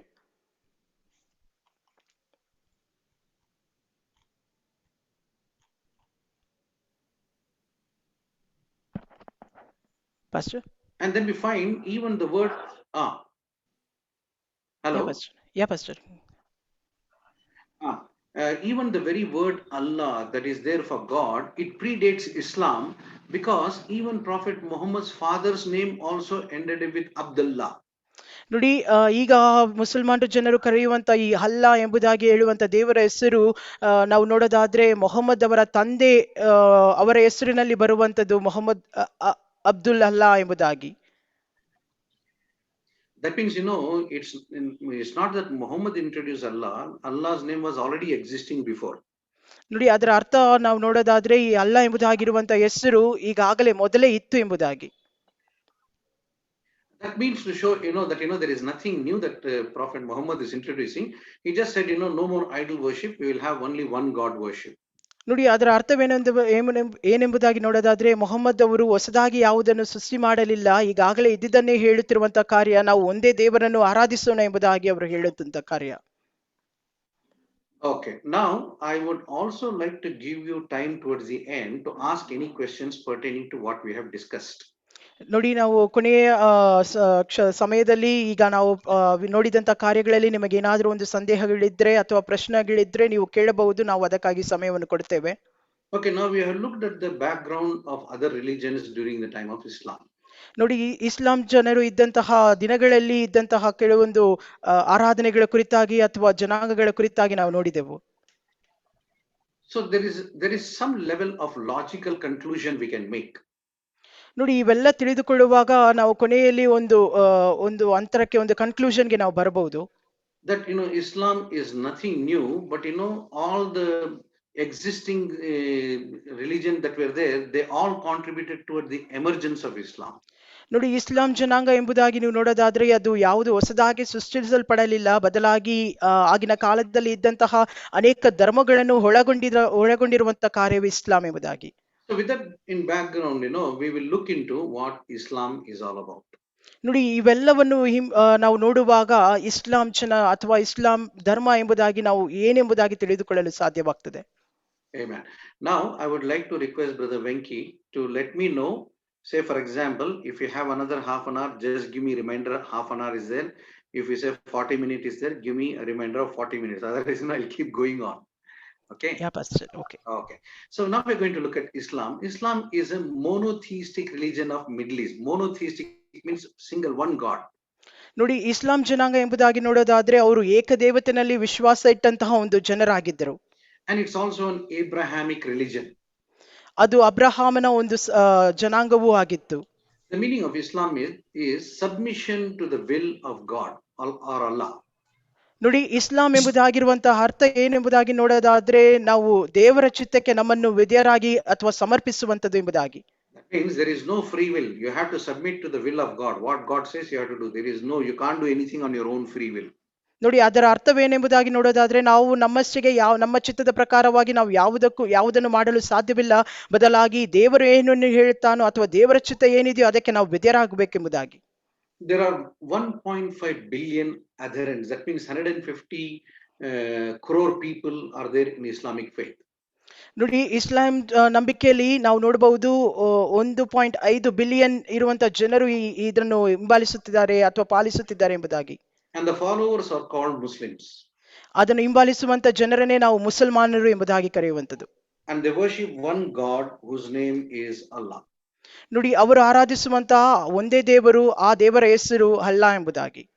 And they also believe that Prophet Muhammad is the final prophet. ಮತ್ತೆ ಅವರು ನಂಬುವಂತ ಕಾರ್ಯವೇನೆಂಬುದಾಗಿ ನೋಡೋದಾದ್ರೆ ಪ್ರವಾದಿಯಾದಂತ ಮೊಹಮ್ಮದೇ ಒಂದು ಕೊನೆಯ ಪ್ರವಾದಿ ಎಂಬುದಾಗಿ ಅವರು ನಂಬುತ್ತಾರೆ. And the places where they worship are called mosques. ನೋಡಿ, ಅವರು ಆರಾಧಿಸುವಂತ ಸ್ಥಳದ ಹೆಸರು ಮಸ್ಜಿದ್ ಎಂಬುದಾಗಿ, ಮಾಸ್ಕ್ ಎಂಬುದಾಗಿ. And Quran is the major holy text of Islam. ಇಸ್ಲಾಂ ಜನದವರು ಓದುವಂತ ಒಂದು ಪರಿಶುದ್ಧ ವೇದಾಗಮ ಎಂಬುದಾಗಿ ನೋಡೋದಾದ್ರೆ ನೀವು ಕುರಾನ್ ಎಂಬುದಾಗಿ ನಾವು ನೋಡುತ್ತೇವೆ. An angel Gabriel gave the revelation to Prophet Muhammad. ಮತ್ತೊಂದು ಕಾರ್ಯ, ದೂತನಾದಂತಹ ಗಬ್ರಿಯೇಲನು ಮೊಹಮ್ಮದಿಗೆ ಕೊಟ್ಟಂತ ಪ್ರಕಟಣೆಗಳು ಎಂಬುದಾಗಿ ನಾವು ತಿಳಿದುಕೊಳ್ಳಬಹುದು. And apart from that, there is another book that is very important. It's called Hadith. ನೋಡಿ, ಮತ್ತೊಂದು ಒಂದು ಮುಖ್ಯವಾದಂತ ಒಂದು ಪುಸ್ತಕ ಎಂಬುದಾಗಿ ನೋಡೋದಾದ್ರೆ ಹದೀತ್ ಎಂಬುದಾಗಿ. And it has the sayings of prophets and his companion. ನೋಡಿ, ಈ ಹದೀತ್ ಪುಸ್ತಕವು ನಮಗೆ ತೋರಿಸುತ್ತದೆ ಅದರಲ್ಲಿರುವಂತಹ ಪ್ರವಾದಿಗಳು ಮತ್ತು ಅದರಲ್ಲಿರುವಂತಹ ಜೊತೆಗಾರರ ಒಂದು ಸಂಖ್ಯೆಯನ್ನು ನಾವು ನೋಡಬಹುದು. And there are some important Islamic holy places called the Kaaba in Makkah, Al-Aqsa Mosque in Jerusalem, and also Prophet Muhammad's Mosque in Medina. ಅದರ ಜೊತೆಗೆ ಬಹಳ ಸ್ವಲ್ಪ ಸುಪ್ರಸಿದ್ಧವಾದಂತಹ ಪ್ರಾಮುಖ್ಯವಾದಂತಹ ಸ್ಥಳಗಳು ಇಸ್ಲಾಂ ಜನಾಂಗಗಳಿಗೆ ಇದೆ. ಅದೇ ಯಾವುದೆಂದರೆ ಕಾಬಾ, ಮೆಕ್ಕಾದಲ್ಲಿರುವಂತಹ ಕಾಬಾವಾಗಲಿ, ಜೆರುಸಲೇಮಲ್ಲಿರುವಂತಹ ಅಲ್ ಅಕ್ಸಾ ಆಗಲಿ, ಮೆದಿನಾದಲ್ಲಿರುವಂತಹ ಪ್ರೊಫೆಟ್ ಮೊಹಮ್ಮದ್ನ ಒಂದು ಮಾಸ್ ಎಂಬುದಾಗಿ ನಾವು ನೋಡುತ್ತೇವೆ. And there are also some important festivals in Islam called as Eid al-Fitr, Eid al-Adha, Milad al-Nabi, and Laylatul Qadr. 4 important festivals. Others are also there, but these 4 important ones. ನೋಡಿ, ಇಸ್ಲಾಂ ಧರ್ಮದಲ್ಲಿ ಇನ್ನೂ ಕೆಲವೊಂದು ಬಹಳ ಪ್ರಾಮುಖ್ಯವಾದಂತಹ ಹಬ್ಬಗಳಿವೆ. ಅದರಲ್ಲಿ 4 ಪ್ರಾಮುಖ್ಯವಾದಂತಹ ಹಬ್ಬಗಳೆಂದರೆ ಈದ್ ಉಲ್ ಫಿತರ್, ಈದ್ ಉಲ್ ಅದಾ, ಮಿಲಾದ್ ಎ ನಬಿ, ಲಲಿತ್ ಅಲ್ ಖದರ್ ಎಂಬುದಾಗಿ ಈ 4 ಪ್ರಾಮುಖ್ಯವಾದಂತಹ ಹಬ್ಬಗಳು ಅವರು ಆಚರಿಸುತ್ತಾರೆ. See, Ramzan is a time of fasting. Ramzan ಎಂಬುದಾಗಿರುವಂತಹ ಹಬ್ಬದ ಸಮಯವು ಅವರಿಗೆ ಉಪವಾಸದ ದಿನಗಳಾಗಿವೆ. Bakrid is a time of sacrifice. Bakrid ಎಂಬುದಾಗಿರುವ ಹಬ್ಬದಲ್ಲಿ ಅವರು ಯಜ್ಞ ಕೊಡುವಂತಹ ಒಂದು ಸಮಯ. Milad al-Nabi is Prophet's birthday. Milad ಎಬ್ Nabi ಎಂಬುದಾಗಿರುವಂತಹ ಹಬ್ಬ ಒಂದು ಪ್ರವಾದಿಯ ಹುಟ್ಟಿದ ದಿನ ಆಗಿದೆ. And Laylatul Qadr is a night of power when the first revelation of Quran was received. ನಾವು ಲೈಲತುಲ್ ಕದರ್ ಎಂಬುದಾಗಿರುವಂತದ್ದು ಅದೊಂದು ಶಕ್ತಿಯನ್ನು ತೋರಿಸುವಂತದ್ದಾಗಿದೆ. ಮೊದಲನೇ ಪ್ರಕಟಣೆ ಪ್ರವಾದಿ ಹೊಂದಿಕೊಂಡಂತದ್ದನ್ನು ತೋರಿಸುತ್ತದೆ. On the outside, I would like to say Prophet Muhammad is a very important figure for Muslims. ನೋಡಿ, ಹೊರಗಿನ ಭಾವವನ್ನು ನಾನು ಹೇಳುವುದಾದರೆ ಮುಸಲ್ಮಾನರಿಗೆ ಪ್ರವಾದಿಯಾದ ಮೊಹಮ್ಮದನು ಬಹಳ ಬಹಳ ಪ್ರಾಮುಖ್ಯನಾದಂತಹ ವ್ಯಕ್ತಿಯಾಗಿದ್ದಾನೆ. See, sometimes you may speak something wrong about Allah, they will forgive you, but if you speak something wrong about Prophet Muhammad, they will come and kill you. ನೋಡಿ, ಒಂದು ವೇಳೆ ನೀವು ಏನಾದರೂ ಕೆಲವು ವೇಳೆ ತಪ್ಪಾಗಿ ಅಲ್ಲನ ಬಗ್ಗೆ ನೀವು ತಪ್ಪೇನಾದ್ರೂ ಹೇಳುವುದಾದ್ರೆ ಅವರು ಕ್ಷಮಿಸಿ ಬಿಡುತ್ತಾರೆ. ಆದ್ರೆ ಪ್ರವಾದಿಯಾದ ಮೊಹಮ್ಮದನ ಬಗ್ಗೆ ನೀವು ತಪ್ಪು ಹೇಳುವುದಾದ್ರೆ ಖಂಡಿತವಾಗಿ ಅವರು ಬಂದು ನಿಮ್ಮನ್ನು ಸಾಯಿಸಿ ಬಿಡ್ತಾರೆ. So we find, Prophet Muhammad was born in Mecca in 570 AD. ನೋಡಿ, ನಾವು ನೋಡುತ್ತೇವೆ ಪ್ರವಾದಿಯಾದಂತಹ ಮೊಹಮ್ಮದನು 570 AD ಮೆಕ್ಕಾದಲ್ಲಿ ಹುಟ್ಟಿದನು. From the Quraysh tribe. ಮತ್ತು ಕುರೈಶ್ ಟ್ರೈಬ್ ನಲ್ಲಿ ಕುಲದಲ್ಲಿ ಹುಟ್ಟಿದಂತ ವ್ಯಕ್ತಿ. Quraysh tribes, are known as merchants. Quresh ಕುಲ ಎಂಬುದಾಗಿ ಹೇಳುವುದಾದ್ರೆ ಅವರು ವ್ಯಾಪಾರಕ್ಕೆ ಹೆಸರುವಾಸಿಯಾದಂತ ಜನಾಂಗ. His father's name was Abdullah, but he died before Prophet Muhammad's birth. ನೋಡಿ, ಇಲ್ಲಿ ಆತನ ತಂದೆಯ ಹೆಸರು ಅಬ್ದುಲ್ಲಾ ಎಂಬುದಾಗಿ, ಆತನು ತನ್ನ ಮಗನು ಹುಟ್ಟುವ ಮುಂಚಿತವಾಗಿ ಸತ್ತು ಹೋದನು. And mother's name was Amina. She also died when he was just 6 years old. ಯಾವಾಗ ಆತನಿಗೆ 6 ವರ್ಷವಾಗಿತ್ತು ಆಗ ತನ್ನ ತಾಯಿಯಾದಂತ ಅಮೀನನ್ನು ಸಹ ಆತನು ಕಳೆದುಕೊಂಡನು. Then he was raised up by his grandfather named Abdul Muttalib. ನಂತರ ಆತನ ತಾತನೇ ಆದ ಅಬ್ದುಲ್ ಮುತಲಿಕ್ ಎಂಬುವವರು ಈತನನ್ನು ಬೆಳೆಸಿದರು. And then after his death, he was raised up by his uncle Abu Talib. ನಂತರ ಆತನು ತೀರಿ ಹೋದ ಮೇಲೆ ಆತನ ಅಂಕಲ್ ಅವರಾದಂತ ಅಬೂ ತಾಲಿಫ್ ಅವರು ಆತನನ್ನು ಬೆಳೆಸಿದರು. And in his 20s, he entered the service of a merchant widow named Khadija. ನೋಡಿ, ಆತನು 20 ವರ್ಷವಾಗಿರುವಂತ ಸಂದರ್ಭದಲ್ಲಿ ಆತನು ಖದೀಜಾ ಎಂಬುದಾಗಿರುವಂತ ಪತ್ನಿಯೊಟ್ಟಿಗೆ ತನ್ನ ವ್ಯಾಪಾರವನ್ನು ತೊಡಗಿಸಿಕೊಂಡನು. Khadija was older to Prophet Muhammad by 15 years. ನೋಡಿ, ಖದೀಜಾ ಎಂಬುದಾಗಿರುವಂತ ಈಕೆಯು ಮೊಹಮ್ಮದ್ ಪ್ರವಾದಿಗಿಂತ 15 ವರ್ಷ ದೊಡ್ಡವಳಾದಂತ ವ್ಯಕ್ತಿ. And later on, as he started serving, he married Khadija. ನಂತರ ಅವರು ವ್ಯಾಪಾರದಲ್ಲಿರುವಂತಹ ಸಂದರ್ಭದಲ್ಲಿಯೇ ಆ ಖದೀಜನನ್ನು ಈತನು ಮದುವೆಯಾದನು. And had 2 sons by name Qasim and Abdullah. Both of them died at very early as children. ನೋಡಿ, ನಂತರ ಅವರಿಗೆ ಹುಟ್ಟಿದಂತ 2 ಮಕ್ಕಳು ಹೆಸರು ಕಸೀಂ ಮತ್ತು ಅಬ್ದುಲ್ಲಾ ಎಂಬುದಾಗಿ ಅವರು ತಮ್ಮ ಸಣ್ಣ ಪ್ರಾಯದಲ್ಲಿ ಸತ್ತು ಹೋದರು. And he also adopted a son by name Zaid ibn Haritha. ಮತ್ತೆ ದತ್ತು ತೆಗೆದುಕೊಂಡಂತಹ ಒಬ್ಬ ಮಗನಿದ್ದನು, ಆತನ ಹೆಸರು ಜೈದ್ ಅಬೀಮ್ ಉಬ್ ಕುಲತ್ತಮ್ ಎಂಬುದಾಗಿ.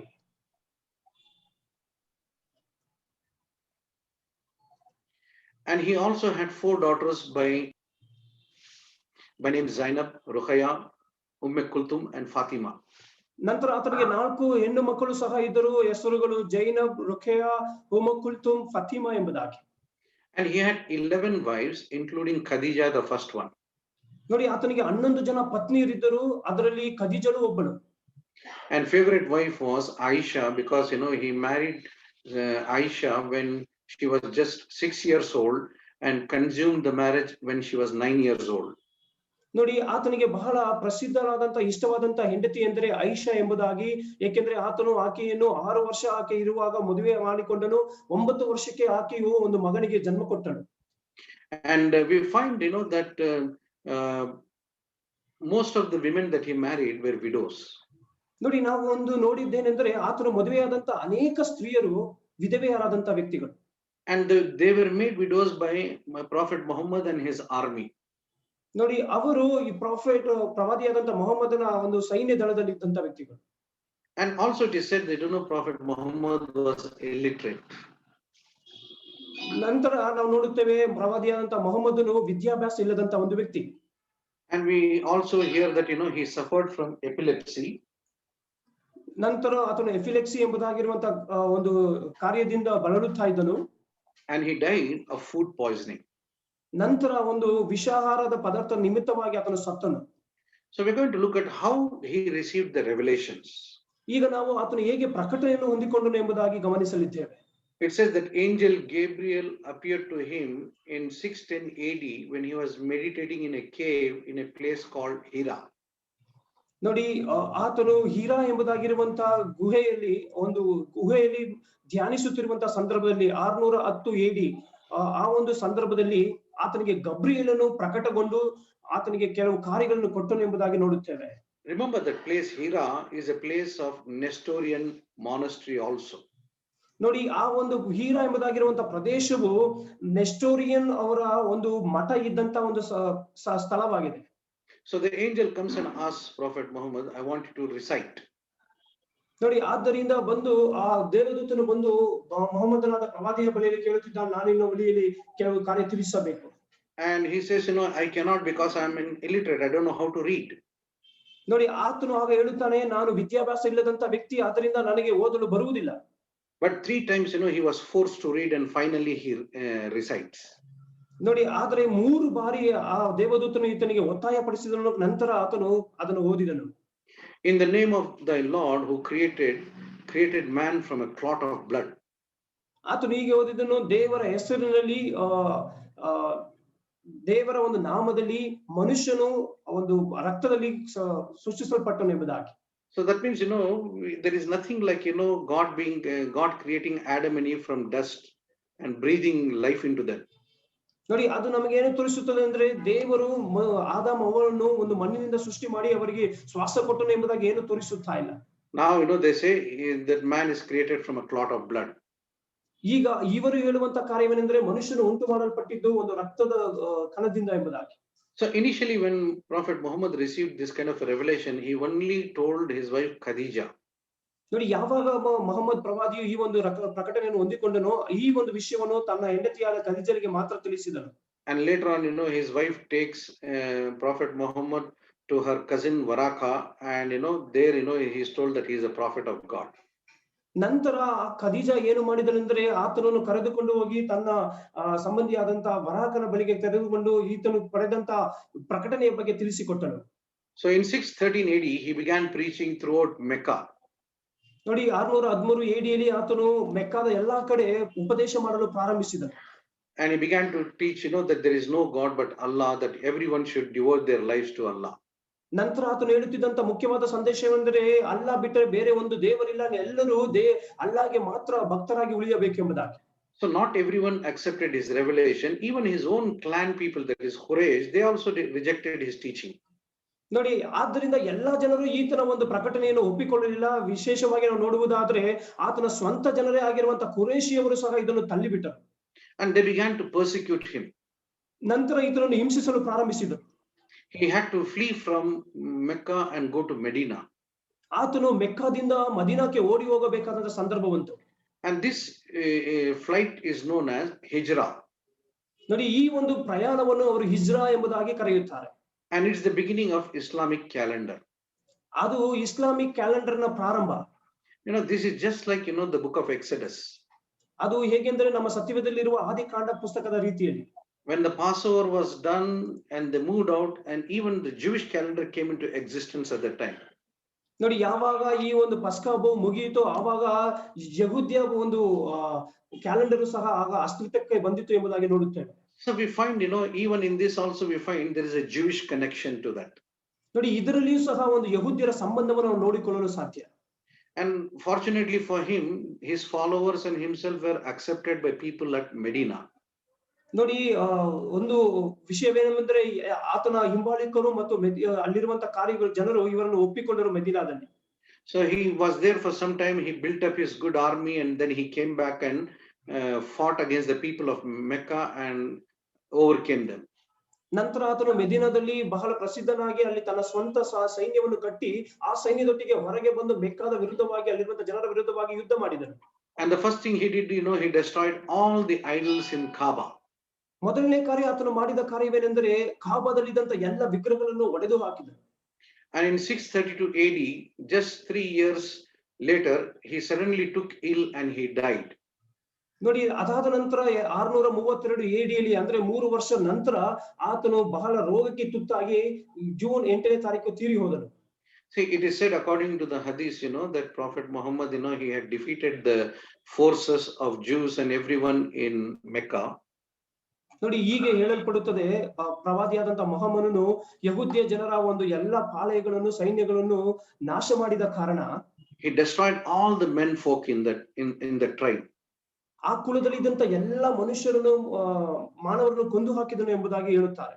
And then he began to distribute the women as sex slaves for all his soldiers. ನಂತರ ಅವರಲ್ಲಿ ಉಳಿದುಕೊಂಡಂತ ಹೆಣ್ಣು ಮಕ್ಕಳನ್ನು ತನ್ನ ಸೈನಿಕರ ಒಂದು ಲೈಂಗಿಕ ಕಾರ್ಯಗಳಿಗಾಗಿ ಉಪಯೋಗಿಸಲು ಕೊಟ್ಟು ಬಿಟ್ಟನು.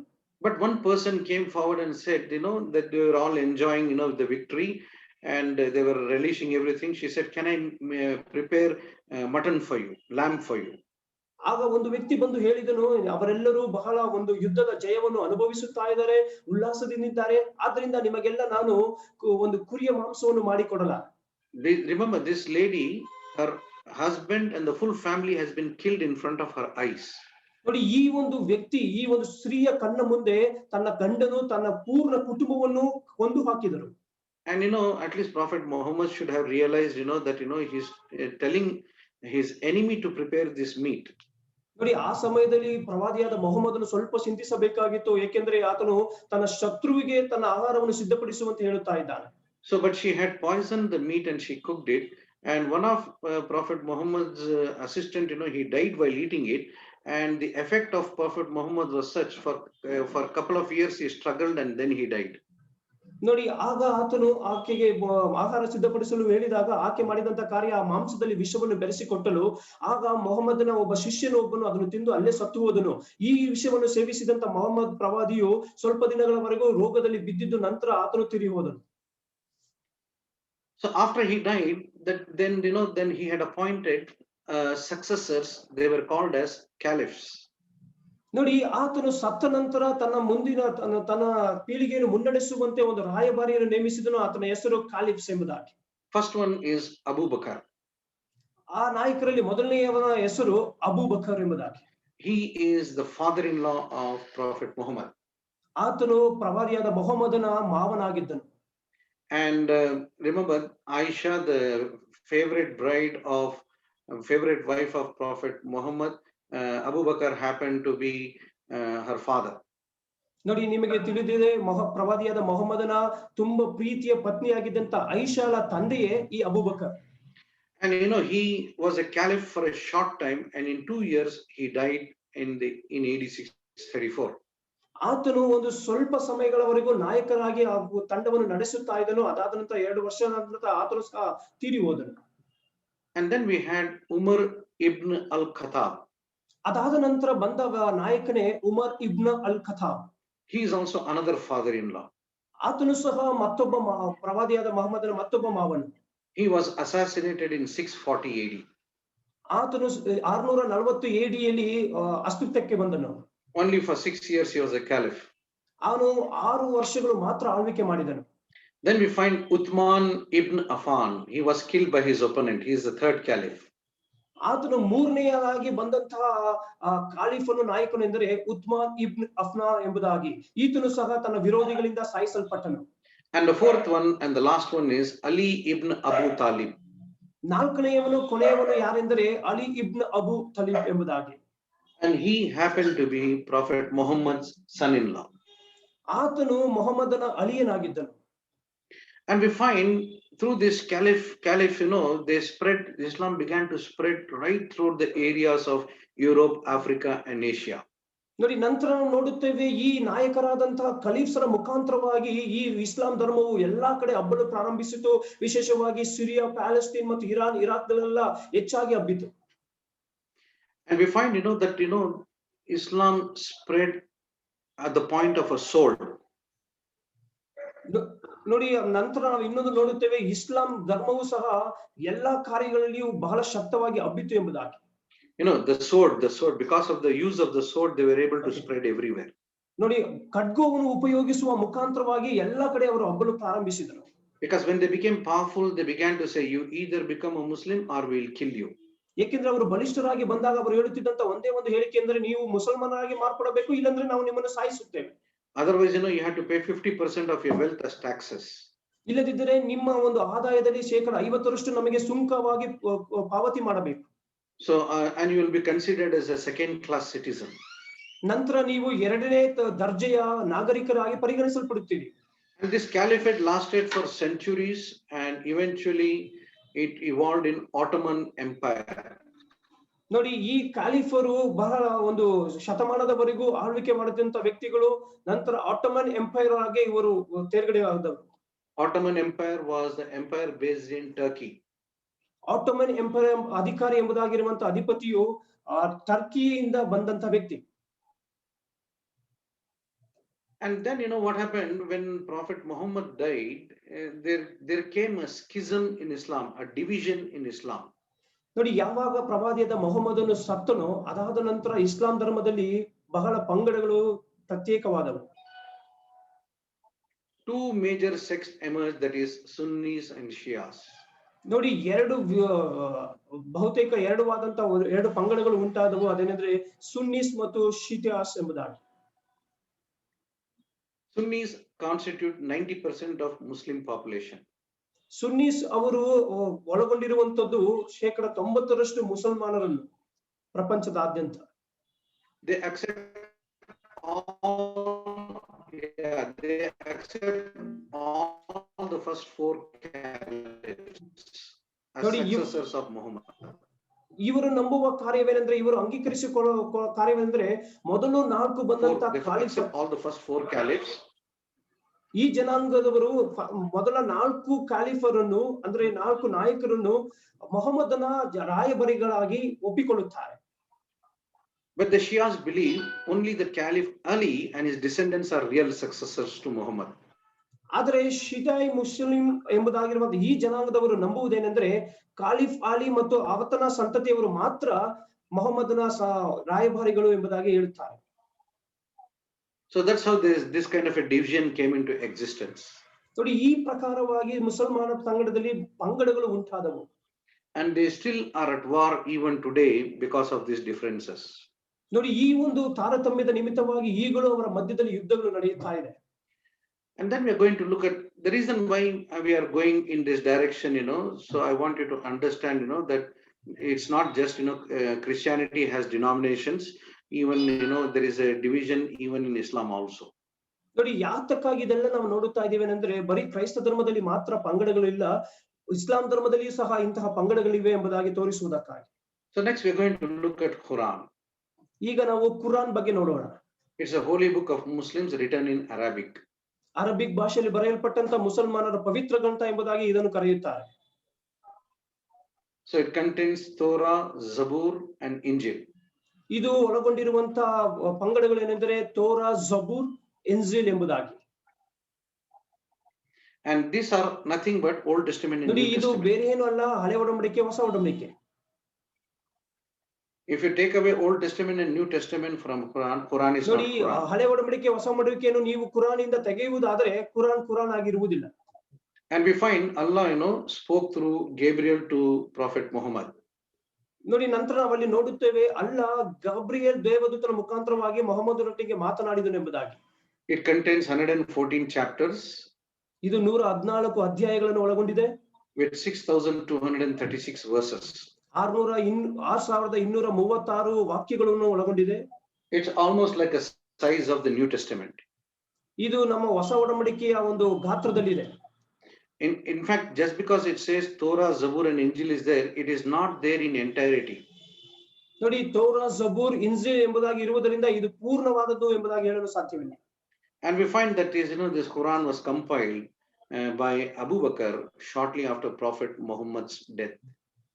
ಪ್ರವಾದಿಯಾದ ಮೊಹಮ್ಮದನು ಸತ್ತ ನಂತರ ಅಬು ಬಕರ್ ಎಂಬುದಾಗಿರುವಂತ ಆ ಖಲೀಫನು ಈ ಒಂದು ಕುರಾನ್ ಅನ್ನು ಸಮಗ್ರಪಡಿಸಿದನು. The first revelation for Quran was received in 610 AD. ನೋಡಿ ಮೊದಲನೇ ಪ್ರಕಟಣೆ 610 ಈ ಕುರಾನ್ ಬಗ್ಗೆ ಲಭಿಸಿತು. And over a long period of time, we find, these revelations were completed, and it was completed by 632 AD. ನೋಡಿ ನಂತರ ದಿನಗಳಲ್ಲಿ ಈ ಒಂದು ಪ್ರಕಟಣೆಗಳು ಪೂರ್ಣಗೊಂಡಿತ್ತು ಎಂಬುದಾಗಿ ನೋಡುತ್ತೇವೆ. ಅದು ಪೂರ್ಣಗೊಂಡಿದ್ದು ಯಾವಾಗಂದ್ರೆ 632 AD. And we find that's how the compilation of Quran came into existence. ನೋಡಿ ಹೀಗೆ ಈ ಕುರಾನ್ನ ಒಂದು ಸಮಗ್ರತೆಯನ್ನು ಅವರು ಮಾಡಿ ಮುಗಿಸಿದರು. And then we are going to look at the 5 important pillars of Islam. These are like 5 doctrines of Islam. ನೋಡಿ ನಂತರ ಮುಸಲ್ಮಾನ ಜನಾಂಗದಲ್ಲಿರುವಂತಹ 5 ಪ್ರಾಮುಖ್ಯವಾದಂತಹ ಸ್ತಂಭಗಳು ಅಂದ್ರೆ 5 ವಿಶೇಷವಾದಂತಹ ಸಿದ್ಧಾಂತಗಳ ಬಗ್ಗೆ ನೋಡಲಿದ್ದೇವೆ. So if a Muslim wants to go to heaven, he has to follow these 5. ಒಂದು ಮುಸಲ್ಮಾನನು ಪರಲೋಕಕ್ಕೆ ಹೋಗಬೇಕೆಂಬುದಾಗಿ ಬಯಸುವುದಾದರೆ ಆತನು ಈ 5 ಕಾರ್ಯಗಳನ್ನು ಹಿಂಬಾಲಿಸಬೇಕು. We find the first one is called Shahada. ನೋಡಿ ಅದರಲ್ಲಿ ಮೊದಲನೆಯದು ಶಹಾದ ಎಂಬುದಾಗಿ. Shahada is nothing like a confession. It's a confession. ನೋಡಿ ಶಹಾದ ಎಂಬುದಾಗಿರುವುದು ಬೇರೆ ಏನೂ ಅಲ್ಲ, ಅರಿಕೆ ಮಾಡುವುದು. It says to declare one's faith in God and belief in his prophet Muhammad. ಅದು ಹೇಳುವುದೇನೆಂದರೆ ದೇವರಲ್ಲಿ ನಂಬಿಕೆ ಇಟ್ಟು ಆತನ ಪ್ರವಾದಿಯಾದ ಮೊಹಮ್ಮದನಲ್ಲಿ ನಂಬುವಂತದ್ದು. Second one is called Salat. ಎರಡನೆಯದು ಸಲಾತ್ ಎಂಬುದಾಗಿ. That is praying 5 times a day. ಪ್ರತಿದಿನ 5 ಬಾರಿ ಪ್ರಾರ್ಥಿಸುವುದರ ಬಗ್ಗೆ ಹೇಳುತ್ತದೆ. And third one is called Zakat. ಮೂರನೆಯದು ಜಕಾತ್. It means charity. ಅದರ ಅರ್ಥ ಧರ್ಮ ಕಾರ್ಯಗಳು. And fourth one is Saum. That means fasting during the time of Ramadan. ನಾಲ್ಕನೆಯದು ಸಾಮ್ ಎಂಬುದಾಗಿ ರಂಜಾನ್ ಸಮಯದಲ್ಲಿ ಉಪವಾಸ ಮಾಡುವುದರ ಬಗ್ಗೆ ಹೇಳುತ್ತದೆ. Fifth one is Hajj. That is to make a pilgrimage at least once in a person's lifetime if it is possible. ಐದನೆಯದು ಹಜ್ ಎಂಬುದಾಗಿ ಇದರ ಅರ್ಥ ಒಂದು ವ್ಯಕ್ತಿಯ ಜೀವಿತದಲ್ಲಿ ಒಂದು ಬಾರಿಯಾದರೂ ಈತನು ಮೆಕ್ಕಾಗೆ ತೀರ್ಥಯಾತ್ರೆಯಾಗಿ ಹೋಗಿ ಬರಬೇಕೆಂಬುದಾಗಿ. And there are also some 6 major beliefs in Islam. ಮತ್ತೆ ಅದರ ಜೊತೆಗೆ ಇಸ್ಲಾಂ ಧರ್ಮದಲ್ಲಿ 6 ಪ್ರಾಮುಖ್ಯವಾದ ನಂಬಿಕೆಗಳು ಉಂಟು. First is belief in the oneness of God. ಒಂದನೆಯದು ದೇವರ ಏಕತೆಯಲ್ಲಿ ನಂಬುವಂತದ್ದು. Secondly, belief in the angels of God. ಎರಡನೆಯದು ದೇವರ ದೇವದೂತರಲ್ಲಿ ನಂಬಿಕೆ ಇಡುವಂತದ್ದು. And third one is belief in the books of God. ನಂತರ ದೇವರ ಪುಸ್ತಕದಲ್ಲಿ ನಂಬಿಕೆ. That means including Torah, Gospel, and Psalms. ಅದು ಒಳಗೊಂಡಿರುವಂತಹ Tora, gospel, Psalms ಅವುಗಳಲ್ಲಿಯೂ ಸಹ ನಂಬಿಕೆ ಇಡುವಂತದ್ದು ತೋರಿಸುತ್ತದೆ. And then also belief in the prophets and messengers of God. ನಂತರ ಅದರ ಜೊತೆಗೆ ದೇವರ ಪ್ರವಾದಿಗಳಲ್ಲಿಯೂ ಮತ್ತು ಸಂದೇಶವಾಹಕರಲ್ಲಿಯೂ ನಂಬಿಕೆ ಇಡುವಂತದ್ದು. And at least there are 25 of them that are known by name. Prophets, at least 25 prophets are known by name. ನೋಡಿ 25, ಕನಿಷ್ಠ ಪಕ್ಷ 25 ಪ್ರವಾದಿಗಳು ಅವರ ಹೆಸರುಗಳು ನಮಗೆ ಬರೆಯಲ್ಪಟ್ಟಿದೆ. And they believe there are at least 1,24,000 prophets. ನೋಡಿ ನಂತರ ಅವರು ನಂಬುತ್ತಾರೆ 1,24,000 ಜನರು ಪ್ರವಾದಿಗಳಿದ್ದಾರೆ ಎಂಬುದಾಗಿ. And then also there is a belief called belief in day of judgment. ನಂತರ ಇನ್ನೊಂದು ನಂಬಿಕೆ ಅವರಲ್ಲಿ ಇರುವುದೆಂತಂದ್ರೆ ನ್ಯಾಯ ವಿಚಾರಣೆಯ ದಿನದ ಒಂದು ನಂಬಿಕೆ. In which they believe that a person will be judged according to the work, and if they have done good, if their good deeds exceed bad deeds, they will go to heaven. ನೋಡಿ ಅದರ ಅರ್ಥ ಏನೆಂದರೆ ಪ್ರತಿಯೊಂದು ವ್ಯಕ್ತಿಯು ನ್ಯಾಯ ವಿಚಾರಣೆ ದಿನದಲ್ಲಿ ಆತನ ನಡತೆಗೆ ತಕ್ಕ ರೀತಿಯಲ್ಲಿ ನ್ಯಾಯ ವಿಚಾರಣೆಗೆ ಒಳಗಾಗುತ್ತಾನೆ. ಒಂದು ವೇಳೆ ಅವರ ಒಳ್ಳೆಯ ಕಾರ್ಯಗಳು ಕೆಟ್ಟ ಕಾರ್ಯಗಳಿಗಿಂತ ಹೆಚ್ಚಾಗಿರುವುದಾದರೆ ಆತನು ಪರಲೋಕಕ್ಕೆ ಹೋಗುತ್ತಾನೆ. But if their bad deeds exceed good deeds, then they will have to go to hell. ನೋಡಿ ಒಂದು ವೇಳೆ ಅವರ ಕೆಟ್ಟ ಕಾರ್ಯಗಳು ಒಳ್ಳೆಯ ಕಾರ್ಯಗಳಿಗಿಂತ ಹೆಚ್ಚಾಗಿರುವುದಾದ್ರೆ ಅವರು ನರಕಕ್ಕೆ ಹೋಗಬೇಕು. But the one advantage is for a Muslim, they say that if a Muslim goes to hell, he will not be in hell forever. He will pay the price and come back to heaven again. ನೋಡಿ ಅವರಿಗಿರುವಂತ ಒಂದು ಸೌಕರ್ಯ ಎಂಬುದಾಗಿ ಏನು ಹೇಳುವುದಂದ್ರೆ ಇವರು ನಂಬುವಂತ ಒಂದು ನಂಬಿಕೆ, ಒಂದು ವ್ಯಕ್ತಿಯು ಮುಸಲ್ಮಾನ ಆಗಿರುವಂತ ವ್ಯಕ್ತಿಯು ನರಕಕ್ಕೆ ಹೋಗುವುದಾದ್ರೆ ಅಲ್ಲಿ ಆತನು ಶಾಶ್ವತವಾಗಿ ಉಳಿದುಕೊಳ್ಳುವಂತ ಅವಶ್ಯಕತೆ ಇಲ್ಲ. ಅದಕ್ಕೆ ಬೇಕಾಗಿರುವಂತ ವೆಚ್ಚವನ್ನು ಕೊಟ್ಟು ಬೆಲೆಯನ್ನು ಕೊಟ್ಟು ಮತ್ತೆ ಹಿಂದಿರುಗಿ ಬರಲು ಸಾಧ್ಯ. That means this is nothing but a Catholicism doctrine of purgatory. ನೋಡಿ ಇದು ಬೇರೆ ಏನೂ ಅಲ್ಲ, ಕ್ಯಾಥೋಲಿಕ್ ಪಂಗಡದವರು ಹಿಂಬಾಲಿಸುವಂತ ಒಂದು ಸಿದ್ಧಾಂತವನ್ನು ತೋರಿಸುತ್ತಾ ಇದೆ. We find they also believe that a person when he dies will go to purgatory, and by people offering prayer and offering, that person can be transferred to heaven. ನೋಡಿ ಅದೇನೆಂದ್ರೆ ಕ್ಯಾಥೋಲಿಕ್ ಪಂಗಡದಲ್ಲಿ ನೋಡುವಾಗ ಒಂದು ವ್ಯಕ್ತಿ ಏನಾದ್ರೂ ಪಾಪ ಮಾಡುವುದಾದ್ರೆ ಆತನು ಹೋಗಿ ಅಲ್ಲಿ ಕಾಣಿಕೆಗಳನ್ನು ಕೊಟ್ಟು ಅಲ್ಲಿ ಪಾಪ ಕ್ಷಮಾಪಣೆ ಕೇಳಿಕೊಳ್ಳುವುದಾದ್ರೆ ಆ ವ್ಯಕ್ತಿ ಕ್ಷಮಾಪಣೆ ಹೊಂದಿಕೊಂಡು ಪರಲೋಕಕ್ಕೆ ಹೋಗಲು ಸಾಧ್ಯ ಎಂಬುದಾಗಿ. And there is also a belief called belief in divine decree. ನೋಡಿ ಮತ್ತೆ ಇನ್ನೊಂದು ನಂಬಿಕೆ ಇದೆ, ದೈವಿಕವಾದಂತಹ ಕಾರ್ಯಗಳಲ್ಲಿ ನಂಬಿಕೆ ಇಡುವಂತದ್ದು. And we find according to this people will say, what to do, this is my fate, I have to accept it. ನೋಡಿ ಕೆಲವು ಕಾರ್ಯಗಳನ್ನು ನೋಡಬಹುದು, ವ್ಯಕ್ತಿಗಳು ಹೇಳುತ್ತಾರೆ ನಾನೇನು ಮಾಡುವುದು, ಇದು ನನ್ನ ಹಣೆ ಬರಹ, ನಾನು ಇದನ್ನು ಒಪ್ಪಿಕೊಳ್ಳಲೇಬೇಕೆಂಬುದಾಗಿ. And we find they have no freedom of choice. ಅವರಿಗೆ ಆಯ್ಕೆ ಮಾಡುವುದಕ್ಕೆ ಯಾವ ಸ್ವಾತಂತ್ರ್ಯವಿಲ್ಲ ಎಂಬುದಾಗಿ ನಾವು ನೋಡುತ್ತೇವೆ. So these are the major beliefs of Islam. ನೋಡಿ ಇದೇ ಮುಸಲ್ಮಾನರ ಪ್ರಾಮುಖ್ಯವಾದಂತಹ ನಂಬಿಕೆಗಳು. Then I have a slide which shows that people have to pray 5 times a day. ನೋಡಿ ಮತ್ತೊಂದು ಸ್ಲೈಡ್ ನಾನು ನಿಮಗೆ ತೋರಿಸುತ್ತಾ ಇದ್ದೇನೆ. ಆ ವ್ಯಕ್ತಿಗಳು ದಿನಕ್ಕೆ 5 ಬಾರಿ ಪ್ರಾರ್ಥಿಸುವಂತ ಒಂದು ಕಾರ್ಯಕ್ರಮಗಳು. From morning till evening. ಮುಂಜಾನೆಯಿಂದ ಸಂಜೆಯವರೆಗೂ. And then we also have a special prayer on Friday afternoon. ಮತ್ತೆ ಶುಕ್ರವಾರದ ಮಧ್ಯಾಹ್ನದಂದು ಅವರಿಗೆ ವಿಶೇಷವಾದ ಒಂದು ಪ್ರಾರ್ಥನೆ ಇರುತ್ತದೆ. And there is a special prayer in Ramzan, that is after the last prayer in the night. ನೋಡಿ ರಾತ್ರಿಯ ಕೊನೆಯ ಪ್ರಾರ್ಥನೆ ನಂತರ ವಿಶೇಷವಾದ ಪ್ರಾರ್ಥನೆಗಳು ಅವರಿಗೆ ರಂಜಾನ್ ದಿನಗಳಲ್ಲಿ ಇರುತ್ತದೆ. And then there is an optional prayer called as nafil. ನಫೀಲ್ ಎಂಬುದಾಗಿರುವಂತ ಆಯ್ಕೆಗೆ ಆರಿಸಲ್ಪಡುವಂತ ಒಂದು ಪ್ರಾರ್ಥನೆಗಳು ಅವರಿಗೆ ಉಂಟು. And then we are going to look into a law called as Sharia law. ನೋಡಿ ಮತ್ತೆ ನಾವು ಒಂದು ನಿಯಮವನ್ನು ನೋಡಲಿದ್ದೇವೆ. ಆ ನಿಯಮದ ಹೆಸರು ಶರಿಯಾ ನಿಯಮ ಎಂಬುದಾಗಿ. The reason why I'm sharing this is you should know what they believe in, so that we can come to understanding of how to minister to them. ನೋಡಿ ಏತಕ್ಕಾಗಿ ಇದೆಲ್ಲ ನಿಮಗೆ ಕಳಿಸುತ್ತಾ ಇದ್ದೇನೆ ಅಂದ್ರೆ ಇದೆಲ್ಲ ನೀವು ತಿಳಿದುಕೊಳ್ಳುವುದಾದ್ರೆ ಇಂದು ನೀವು ಅವರಿಗೆ ಹೋಗಿ ಹೇಗೆ ಅವರ ಮಧ್ಯದಲ್ಲಿ ಸೇವೆ ಮಾಡಲು ಸಾಧ್ಯ ಎಂಬುದಾಗಿ ಸುಲಭವಾಗಿ ತಿಳಿದುಕೊಳ್ಳಲು ಸಾಧ್ಯ.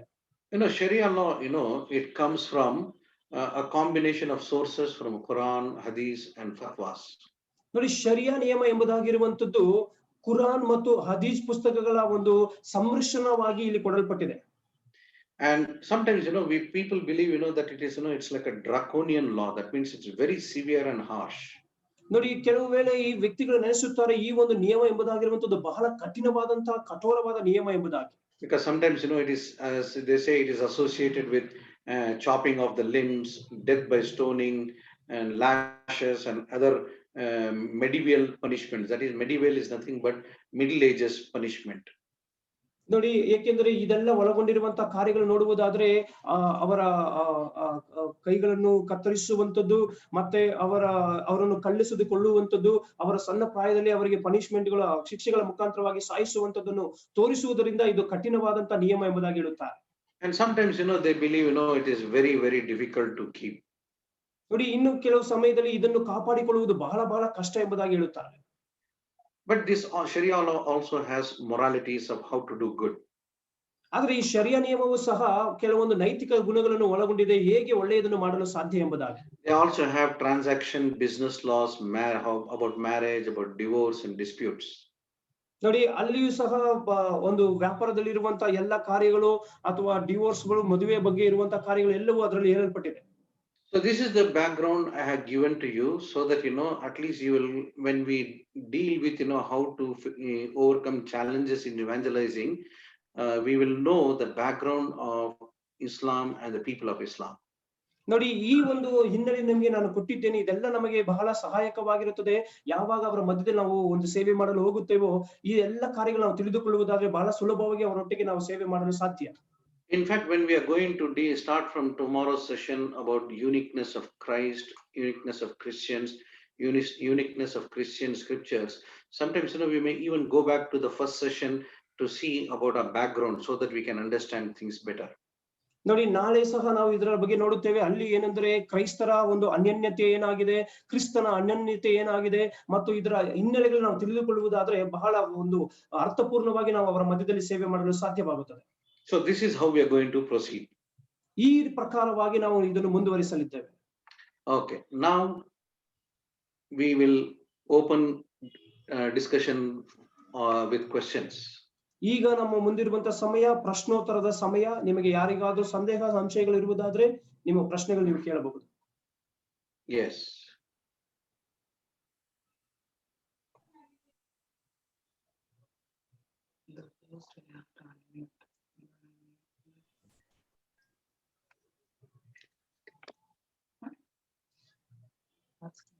ಎಲ್ಲರಿಗೂ ಮಾಹಿತಿ